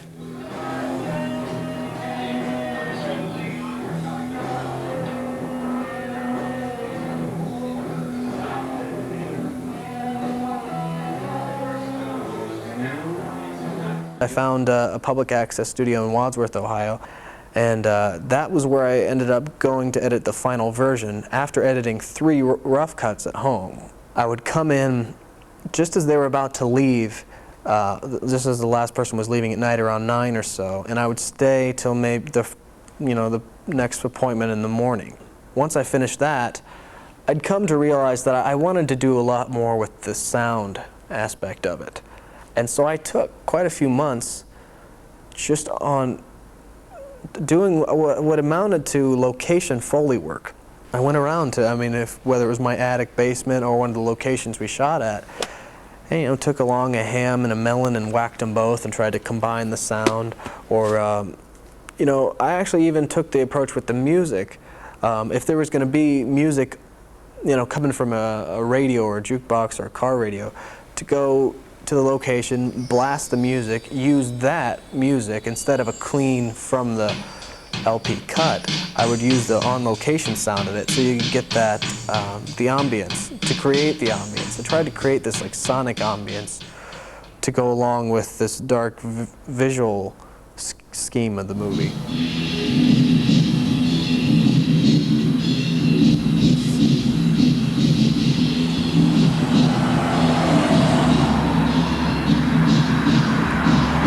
The more educated I became about the novel, the graphic novel, the more I realized that, its roots are really in reality in the way that the urban city was. Discarding the supernatural element of it. That and the music of that time that he was listening to. All the music in the movie has some sort of, I think, reference from the book, whether it's actual, it's the title of a chapter, whether it's a quote Eric says, whether it's a poster behind the wall. Somehow Dave was able to find that and take it all and put it in the movie. We could have easily picked songs that people have known. We could have got the cool MTV thing, or we could have taken songs directly from the actual Miramax movie, which I think we did at first. But I think I like it a lot better, the fact that we took the songs that Obar was listening, that Obar put into the comic book, either just unconsciously or consciously, and actually put them in the movie. It's not your biff wham pow type of comic book. There's a lot of poetry as narration, and there's a poetry to the book as a whole, and that goes along with the music and with just it's not written as, it's sort of written in verse. The stuff that's not conversational is poetic. The narration is poetry, and it's just another thing that adds to the appeal, but it also brings a great depth and breadth and pedigree to such a plain little revenge story. All these things, they just sort of open it up to something much more than just a grim little zombie tale. The themes of it, of loss and retribution and love, they're very basic human feelings. It's like the ultimate, triumph of anger over adversity is, transcending death to fulfill this revenge and that comes from this immeasurable love. And I think that's what Obar speaks a lot of, is this belief that he has that his absolute pure love exists, that even death, has no hold over it. And there's an And there's a good violent tale to accompany that, to give, young males something to hide behind, But I think that the appeal of it is the heart of it, which is the love story between the two people, this very pure and unconquerable love.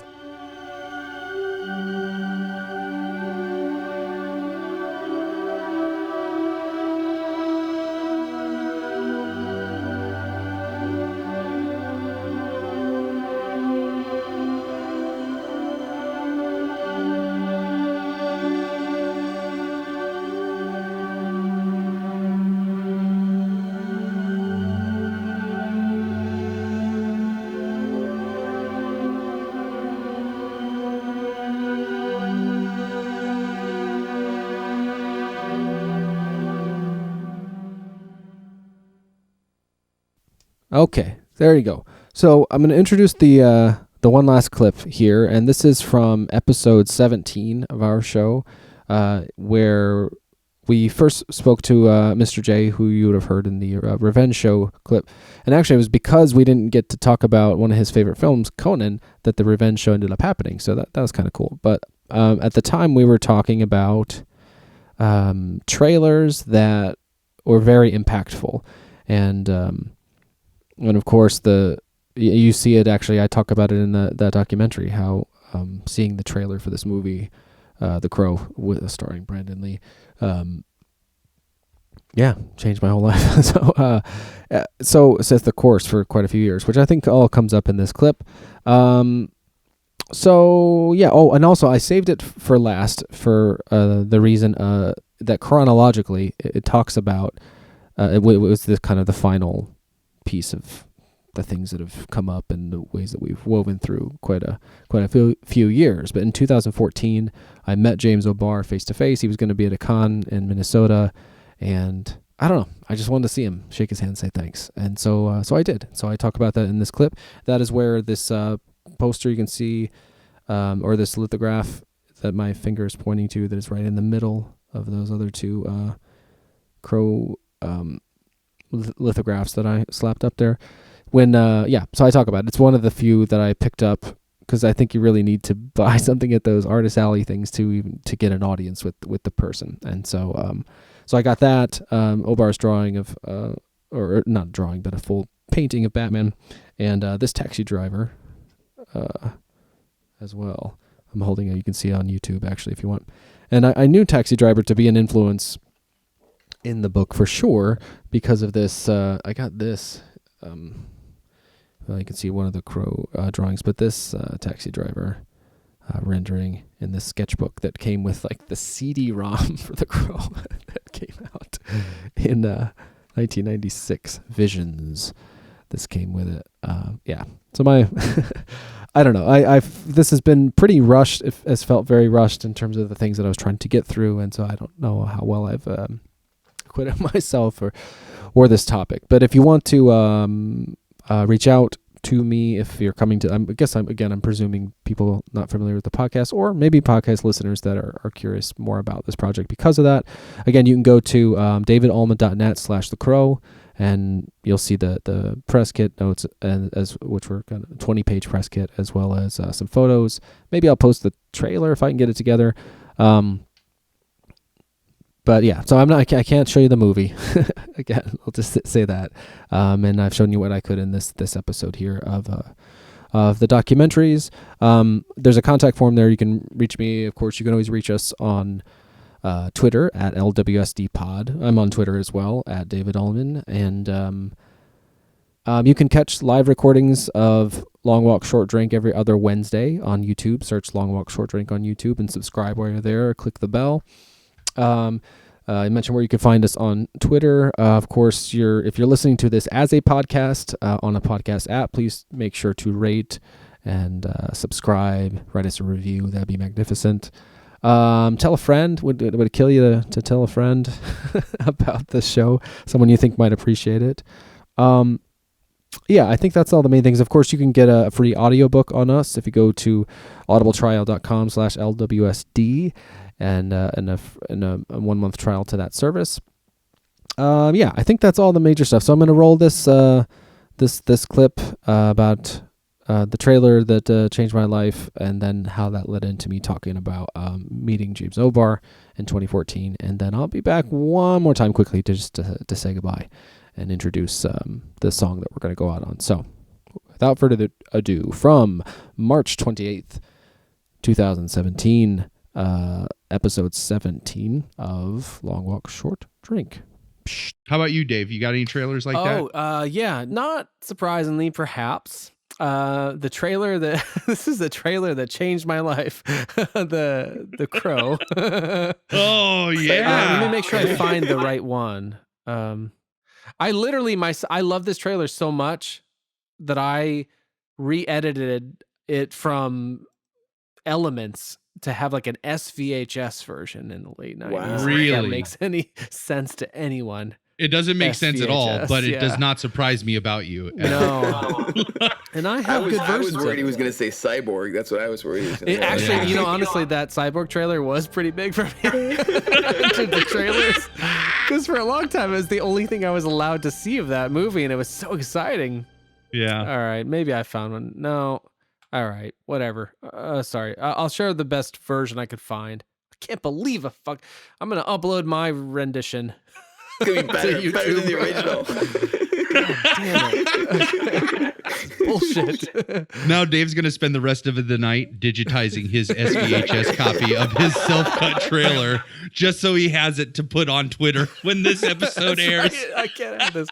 All right, so click on that if you can. This just created a 4-hour project for Dave for one tweet. One tweet. The Crow. Seriously, like, how fucking ahead of its time was that movie? Yeah. I mean, like, it's just incredible. I think, because I know you, Dave, you've talked about, The Crow and your passion for it, and it's when you look at comic book movies, I mean, this is like, I would still keep it in like the top 5 of all time comic book movies. I'm so glad to hear that because it so often gets overlooked. It almost never is. Sadly, it's so underrated, I think, and it's. I mean, it's just, it hits on all levels. The soundtrack was outstanding. The grittiness of it. It was a time when like they could do a movie that was rated R and actually do it right instead of like trying to make it appealing for the kids and all that, tone it down, water it down. I mean, it was a really kind of a unique situation for that movie. I think that that soundtrack was amazing, and at that time period in my life, I didn't have a lot of music. I didn't have a big music collection. But I own that soundtrack. I probably might, because I just brought my Foot Locker home from my dad's. I bet that soundtrack on cassette is in that folder. Oh, nice. I'm pretty confident it is. And that soundtrack is what turned me on to like The Cure and because in alternative and all that stuff, like that Cure song that's on that album or on that soundtrack is amazing. Like, is that good? Written for the movie, yeah.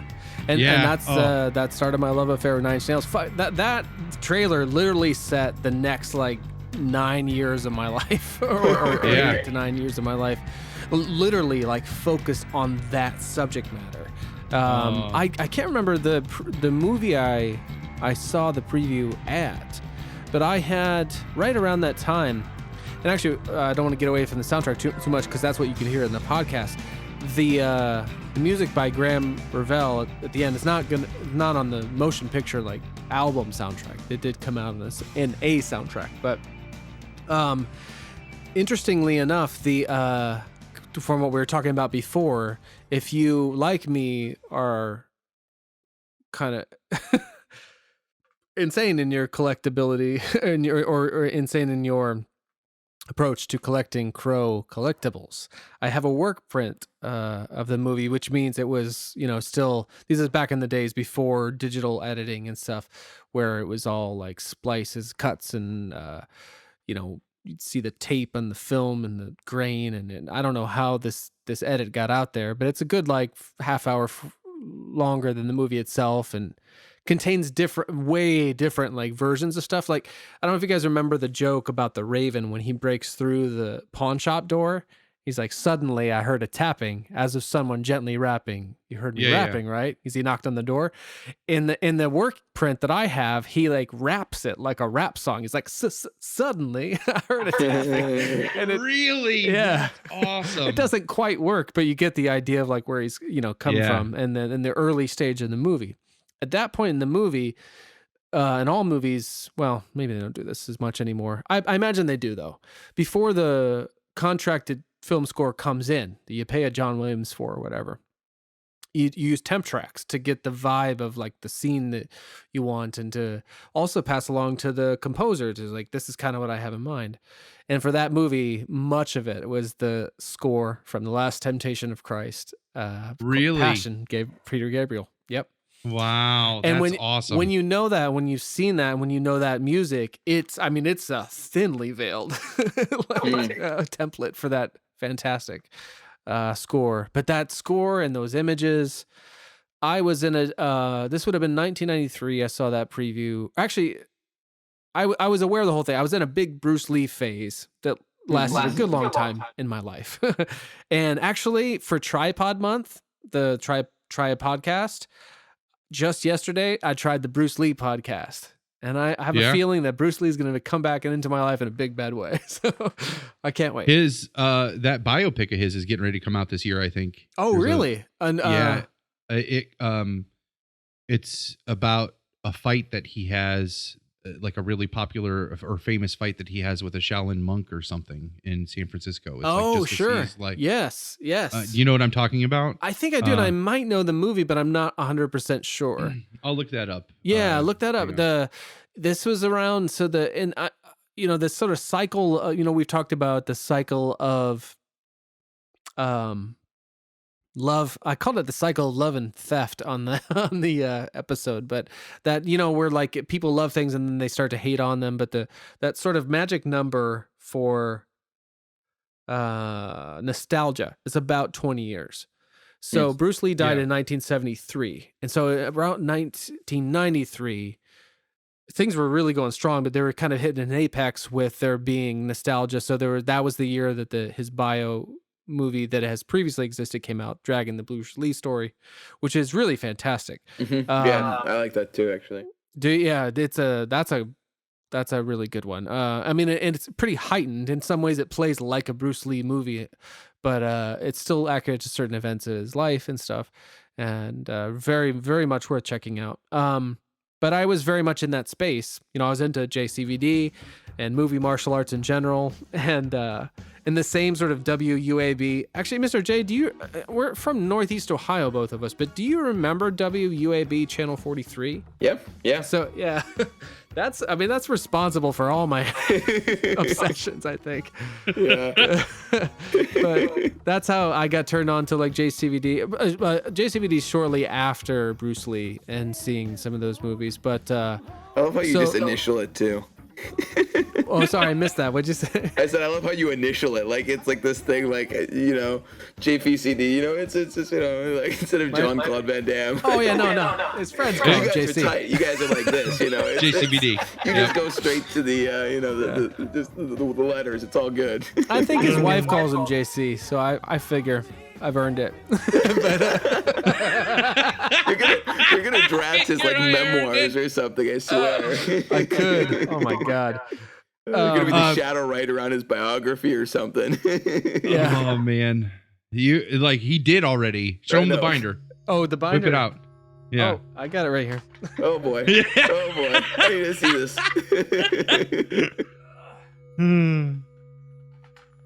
There it is. There's the thickness. Oh my gosh. There's the cover, not an actual autograph, but I picked up at a screening. You got to get an autograph, man. You got to meet this man. It's got to happen. Yeah. It's interesting. I did meet I did meet James O'Barr, the author of The Crow. Oh, really? Yeah, I don't didn't even know that. It's only in the last couple of years. I don't actually usually want that to meet people. I just don't know really what I would want to say, and I wouldn't want it ruined. Did he know of you? Did you even bring up your movie at all when you met him, Dave? Yeah. So Mr. J, I don't know how much of this you may or may not have gleaned from previous episodes, but when I was a teenager, around the time I saw all this, like, so let me tie it into the preview, and I'll be as brief as such a long story as possible. I was big in a big Bruce Lee phase, like at the time in 1993, and in March 31st, 1993, Bruce Lee's son Brandon Lee was accidentally killed on the set filming The Crow. Super fucked up. Like so that movie is about a man who was killed. He and his fiancée were killed, and then a year later he comes back to avenge their deaths. And unfortunately, in the real life, the actor, Bruce Lee's son, Brandon Lee, who is portraying the character in the underground comic book, was killed during the filming of his character's death scene. And a year later, a year and 2 months later, the movie came out. So it's a bizarre confluence of events. But and unfortunately, too, his father died young. And then so there's a lot of controversy, of course, around an on-set death like that. And I was in a big Bruce Lee phase. I had seen 92 Brandon Lee's big first sort of Hollywood movie. It was called Rapid Fire, had come out. And I dug it. I remember like ordering the one sheet poster from Cine something. Oh, I should look up what that poster company was. I had a lot of posters from them. You could order the actual movie print posters. They cost like $20, but I had a handful of them. Mostly Jean-Claude Van Damme movie posters.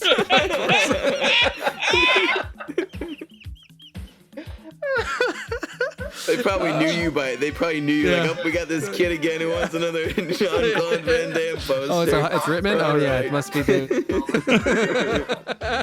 Man, these JCVD posters are really hot in this small town called Rittman in Ohio. I know. It's like they only carry Mel Gibson, Michelle Pfeiffer, and JCVD posters. I don't know why. In any event, I was big into it at the time, and then he passed away. I was like, fuck. And I remember looking at the Entertainment Weekly I was subscribed to at the time, and there was article about, what happened on the set, and also this little like panel on this movie that he was working on in the comic book on which it was based. And it was like the graphic is the character of Eric with he's like sitting cross-legged and his arms are drenched in blood to the elbows. And it's so, god damn it, that book. So anyway, I was so intrigued by that. And then shortly thereafter, I saw a preview for this movie, and it was that preview of all of those images that you just, I don't know, that was a new thing at the time, a new dynamic that was kind of, it was brewing, but quite kind of untapped. So, I mean, I love that movie, and I don't want to say anything bad about it, but I will say that as an adult, I really do see it as a combination of this incredibly original and blood-soaked, like heart-wrenching, soul-purging catharsis of like actual trauma in someone's life. With combine that with the Cure and Joy Division's music, Iggy Pop's physical form, and but then the movie is that plus Blade Runner sort of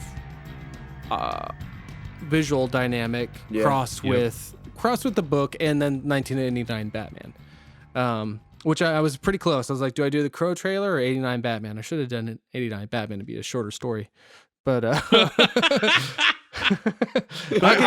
just want to know about your interaction with James O'Barr. Like, so anyway, but short story that I was so taken by that, I ended up like starting as a teenager, 14, and I got the book, read the book, couldn't believe this book, comic book, which is a fixed several issue, but comic book that came out as a graphic novel around that time. Shortly came out as the movie. So my friend Jacko, as we call him on the show, and I set about like a 4-year process of doing our best to adapt that movie as closely to the comic book as, say, Sin City is to that comic book years later. Even back then, I sent an early cut and some kind of a video message to the publishers, and they sent me some nice handwritten note that came back on stationery. I don't remember what it said. But, as a kid, like I was no sort of copyright threat to them. So they were very nice about it. In fact, I turned the movie in, my first draft of it, as some kind of extra credit English project. And my high school English teacher marched the the comic book and the VHS that I gave her back to my desk, slammed it down, and she's like, "Do you know what plagiarism is?" I was like, fuck. So I gave her a copy of the letter I had from Kitchen Sink Press, the publisher at the time, and she didn't flunk me. But anyway, so I was engaged in that process for literally 4 years, and then probably 4 years thereafter, kind of working with documentary footage. At some point in time, I was sending out, like, you dub VHSs, and like there was a certain amount, it's like a copy of Xerox, Right. Yeah. Things would get worse. It wasn't digital at the time. And so I remember I got 100 60-minute, I had to special order them 60-minute videotapes and like hard shell clam cases for the artwork. And that's what I had. I took sort of pre-orders, I guess, at the time from people that knew me when I was in high school. This was like a year out of high school. I finished the version of it. And the internet, I found crow sites, and a few people expressed interest. I'm like, you love this book. This is kind of like this book. And so I had so many to send out. And then I had a few left, found, for some reason, I was sending them to like horror magazines. I really don't remember the logic of this, other than I wanted to get rid of these, and I wanted people that might like this to see it. And I was working at a video store, as you do, as you did in the mid-90s in Rittman, Ohio. And I got this call. It was the weirdest call. This guy was like, he didn't really say who he was. He just started giving me a phone number. And he's like, "You know what I'm giving you?" I was like, "I don't even know who you are." He's like, "This is James O'Barr's phone number." I was like, "What?" So, he's like, "Call this number. You're going to get a message that goes like so. And then leave your name and leave my name," the guy's telling me, "and say you have this movie you want to send him. I think he should see it. It's pretty cool." So this would have been in the like 98, 99 or something like that. So I did send him that. I don't remember getting a response. I do remember there was something like his wife called my house or something. I can't quite remember. My sister like took a note on a paper plate and it almost got thrown away. I remember that.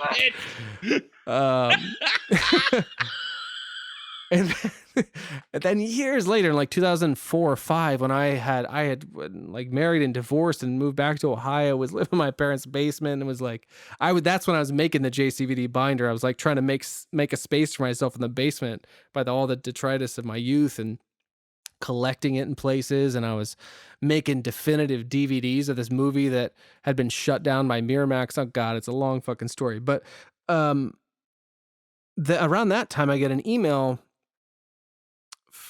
from someone claiming to be James O'Barr, the author of the book. Did you say you received the cease and desist by this point? Yeah, that was like 2000, because like I got a taste. Okay. Oh my God, my whole life, like I'm like a puppy dog. If you express any interest in what I'm making, especially, good fucking luck, because I'll never let go. But yeah, so I don't know. I could tell you more about that, but let's not. Yeah. We'll do a Crow episode someday. But the short. So I think I got an email from him in the mid 2000s, but I'm not sure. That might not have been him. Like he claimed to not have a computer. I don't know. Because I made this DVD, sort of comprehensive DVD sort of box set for myself. Like I couldn't distribute it, but I was like, I refuse to make cover art for this thing after spending this much of my life on it. Unless like he'll do like an actual cover art, like then it'll have an image. Otherwise, it won't. Because I think he was doing commissions at the time online. Oh, okay, gotcha. So it wasn't just like hubris. It was. I was like, oh, that makes some sense.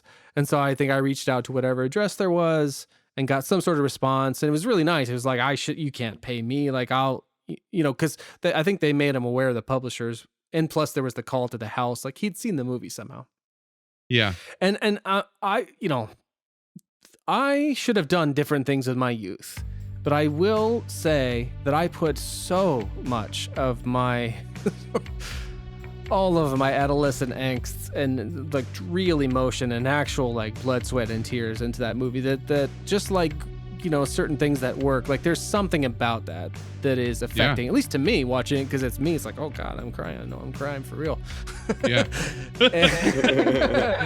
I don't know, but it went over well in the early internet with people who were fans of the book, because it had a similar sort of vulnerable and angry and bloody quality to it.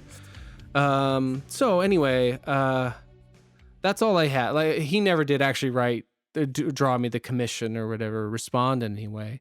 But here I am in 2013 or 14, living in the Minneapolis area, and I see he's coming to a convention.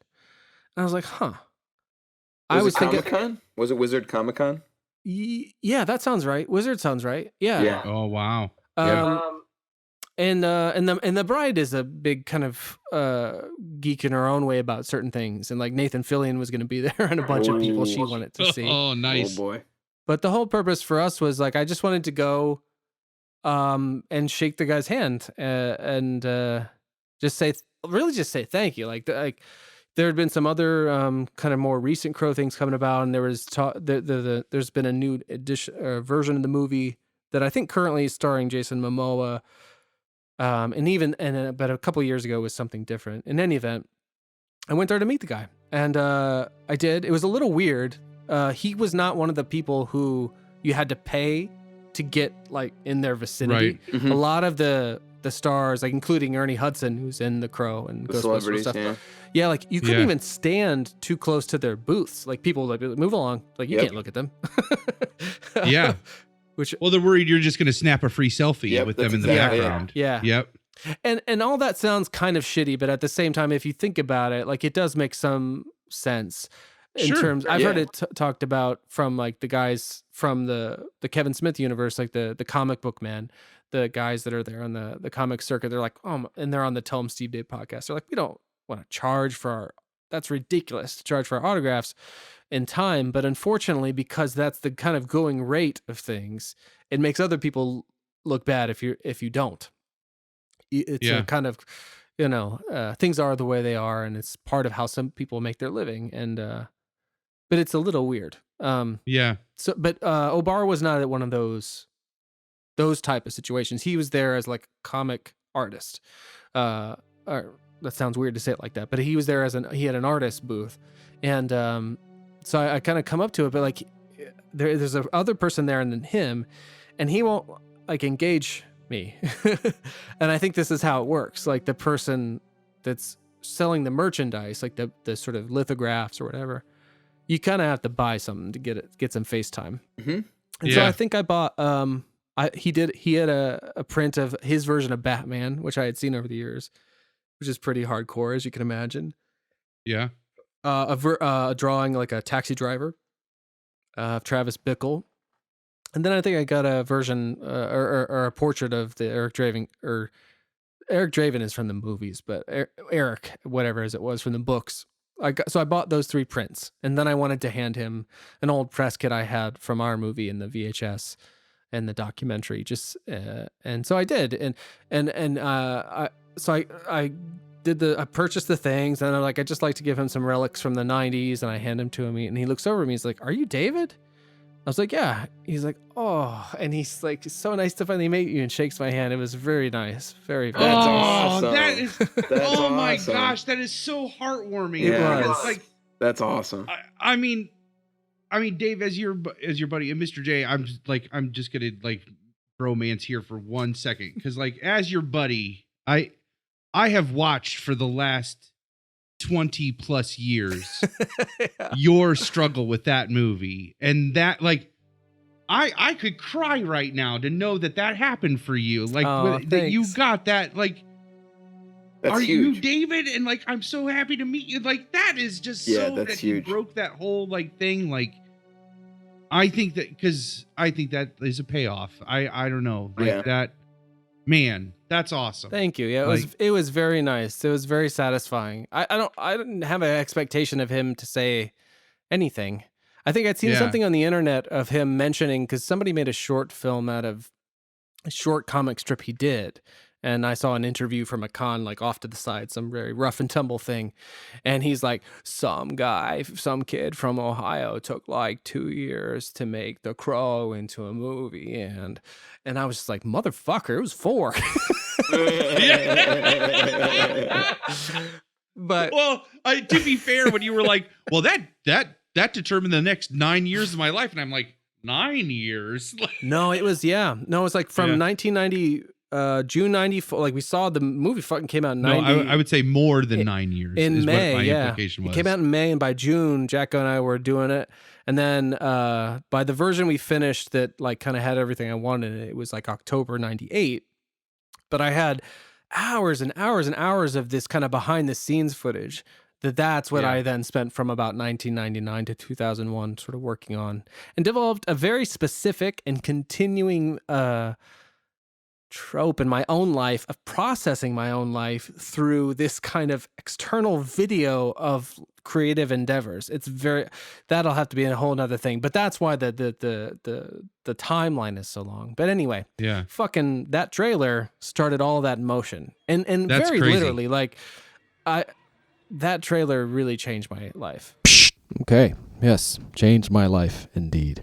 So you might have heard in some of the clips that have underscore music. Those are chosen by my brother, Moto, to help kind of bring some energy to the conversations, and something we stopped doing. He did for like a year. He produced everything as an album. We were putting out a show every week and just not able to do anything else ever.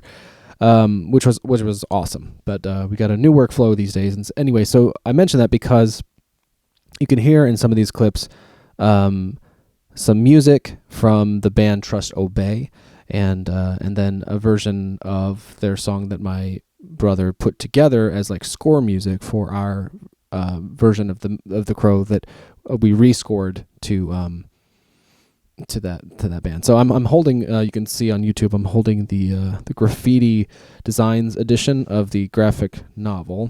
This came out right around the time of the movie, and I procured it later. And it's a beautiful like hardbound.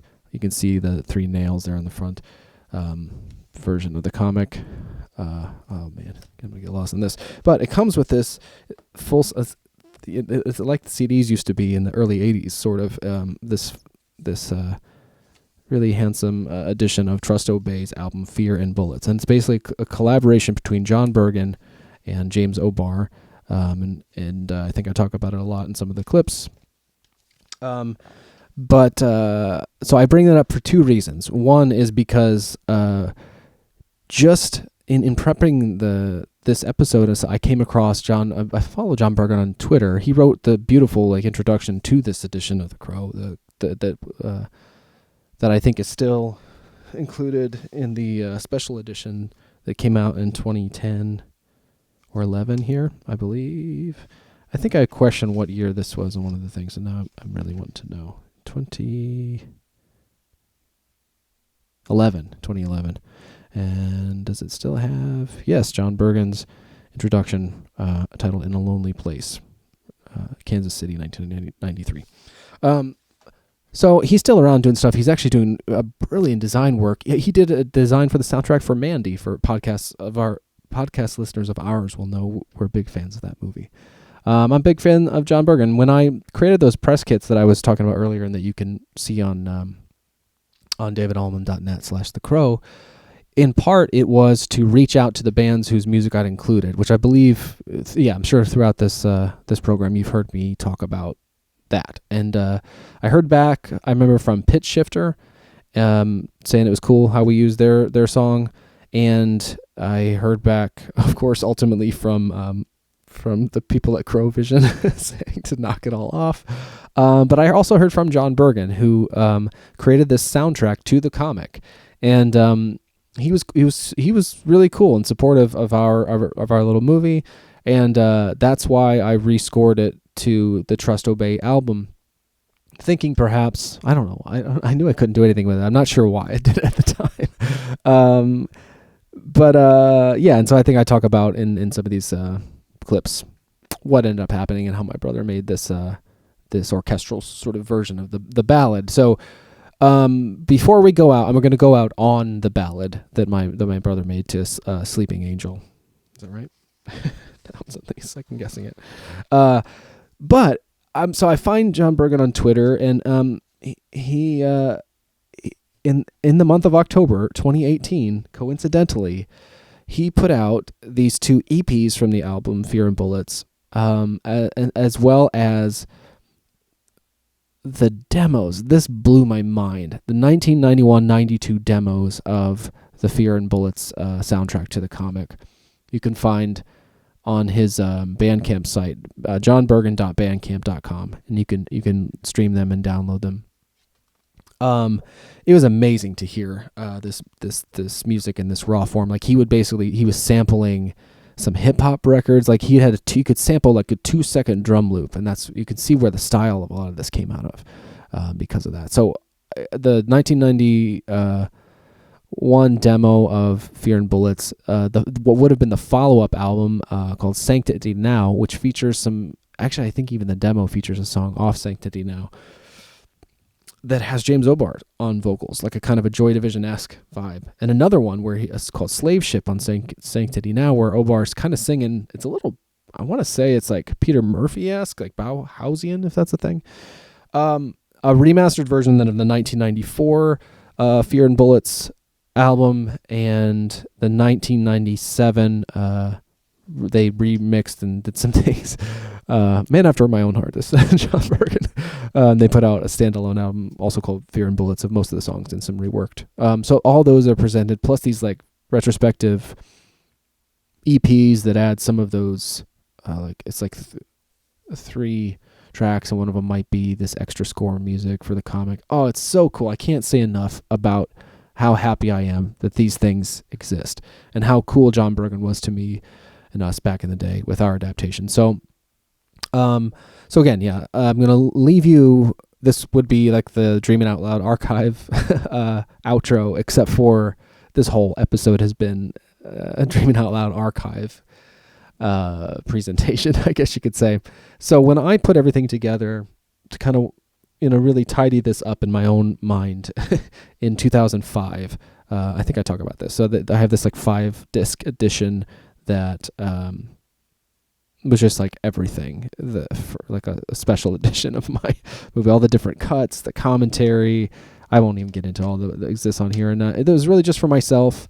And I left the front image blank, saying, I think I say this in one of the clips, but ultimately it was because of this podcast that I finished this front image. And I kind of took inspiration from this. I was almost about to use this lithograph that I got when I met James O'Barr, and then I remembered this photograph. There's very few like actual photographs of me, and we were working on it particularly, and a lot of them are from when I was still like 14 and 15. And while I look much older, we weren't doing as well with like the wig and stuff.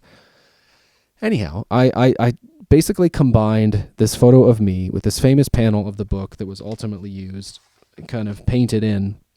Actually, as you can see it at the Remaking of the Crow title card, but then it was the cover of this O'Barr's special edition of the book. But so Double D, patron saint of A Long Walk, Short Drink, asked for a copy of the movie. So I sent him this because he's a completist and he's a personal friend. I'm not going to do that for other people. But I wanted to send him I wanted to put that cover art there, where in 2005 when I made this collection, I was like, I'm not going to do this unless O'Barr himself draws it. And so what I ended up doing is combining this. I mean, I didn't have Photoshop skills back then, so I combined this photo of me. I superimposed it on. I mean, I know it was a reenactment of the painting anyway, and so I came up with this double-sided thing that I'll show you now. So this one really leans heavily on. You can see it on. Leans heavily on the painting, but it's got my face mixed in there, and then this one leans more heavily on my face than the painting. And it's kind of, I guess you could call it an illustration or graphic illustration. Anyway, that's also the thumbnail for the episode.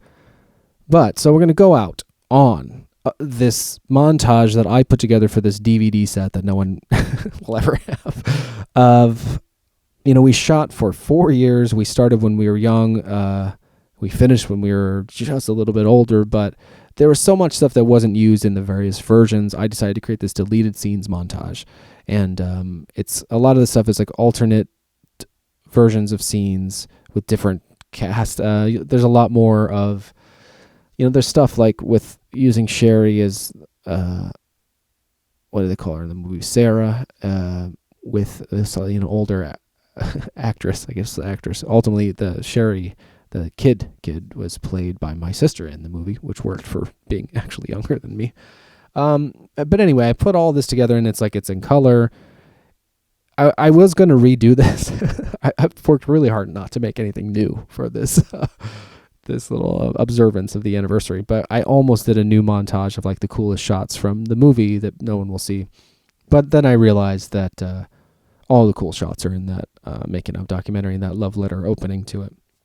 So these aren't the best things that we did. It was something I put together as an amusement for myself.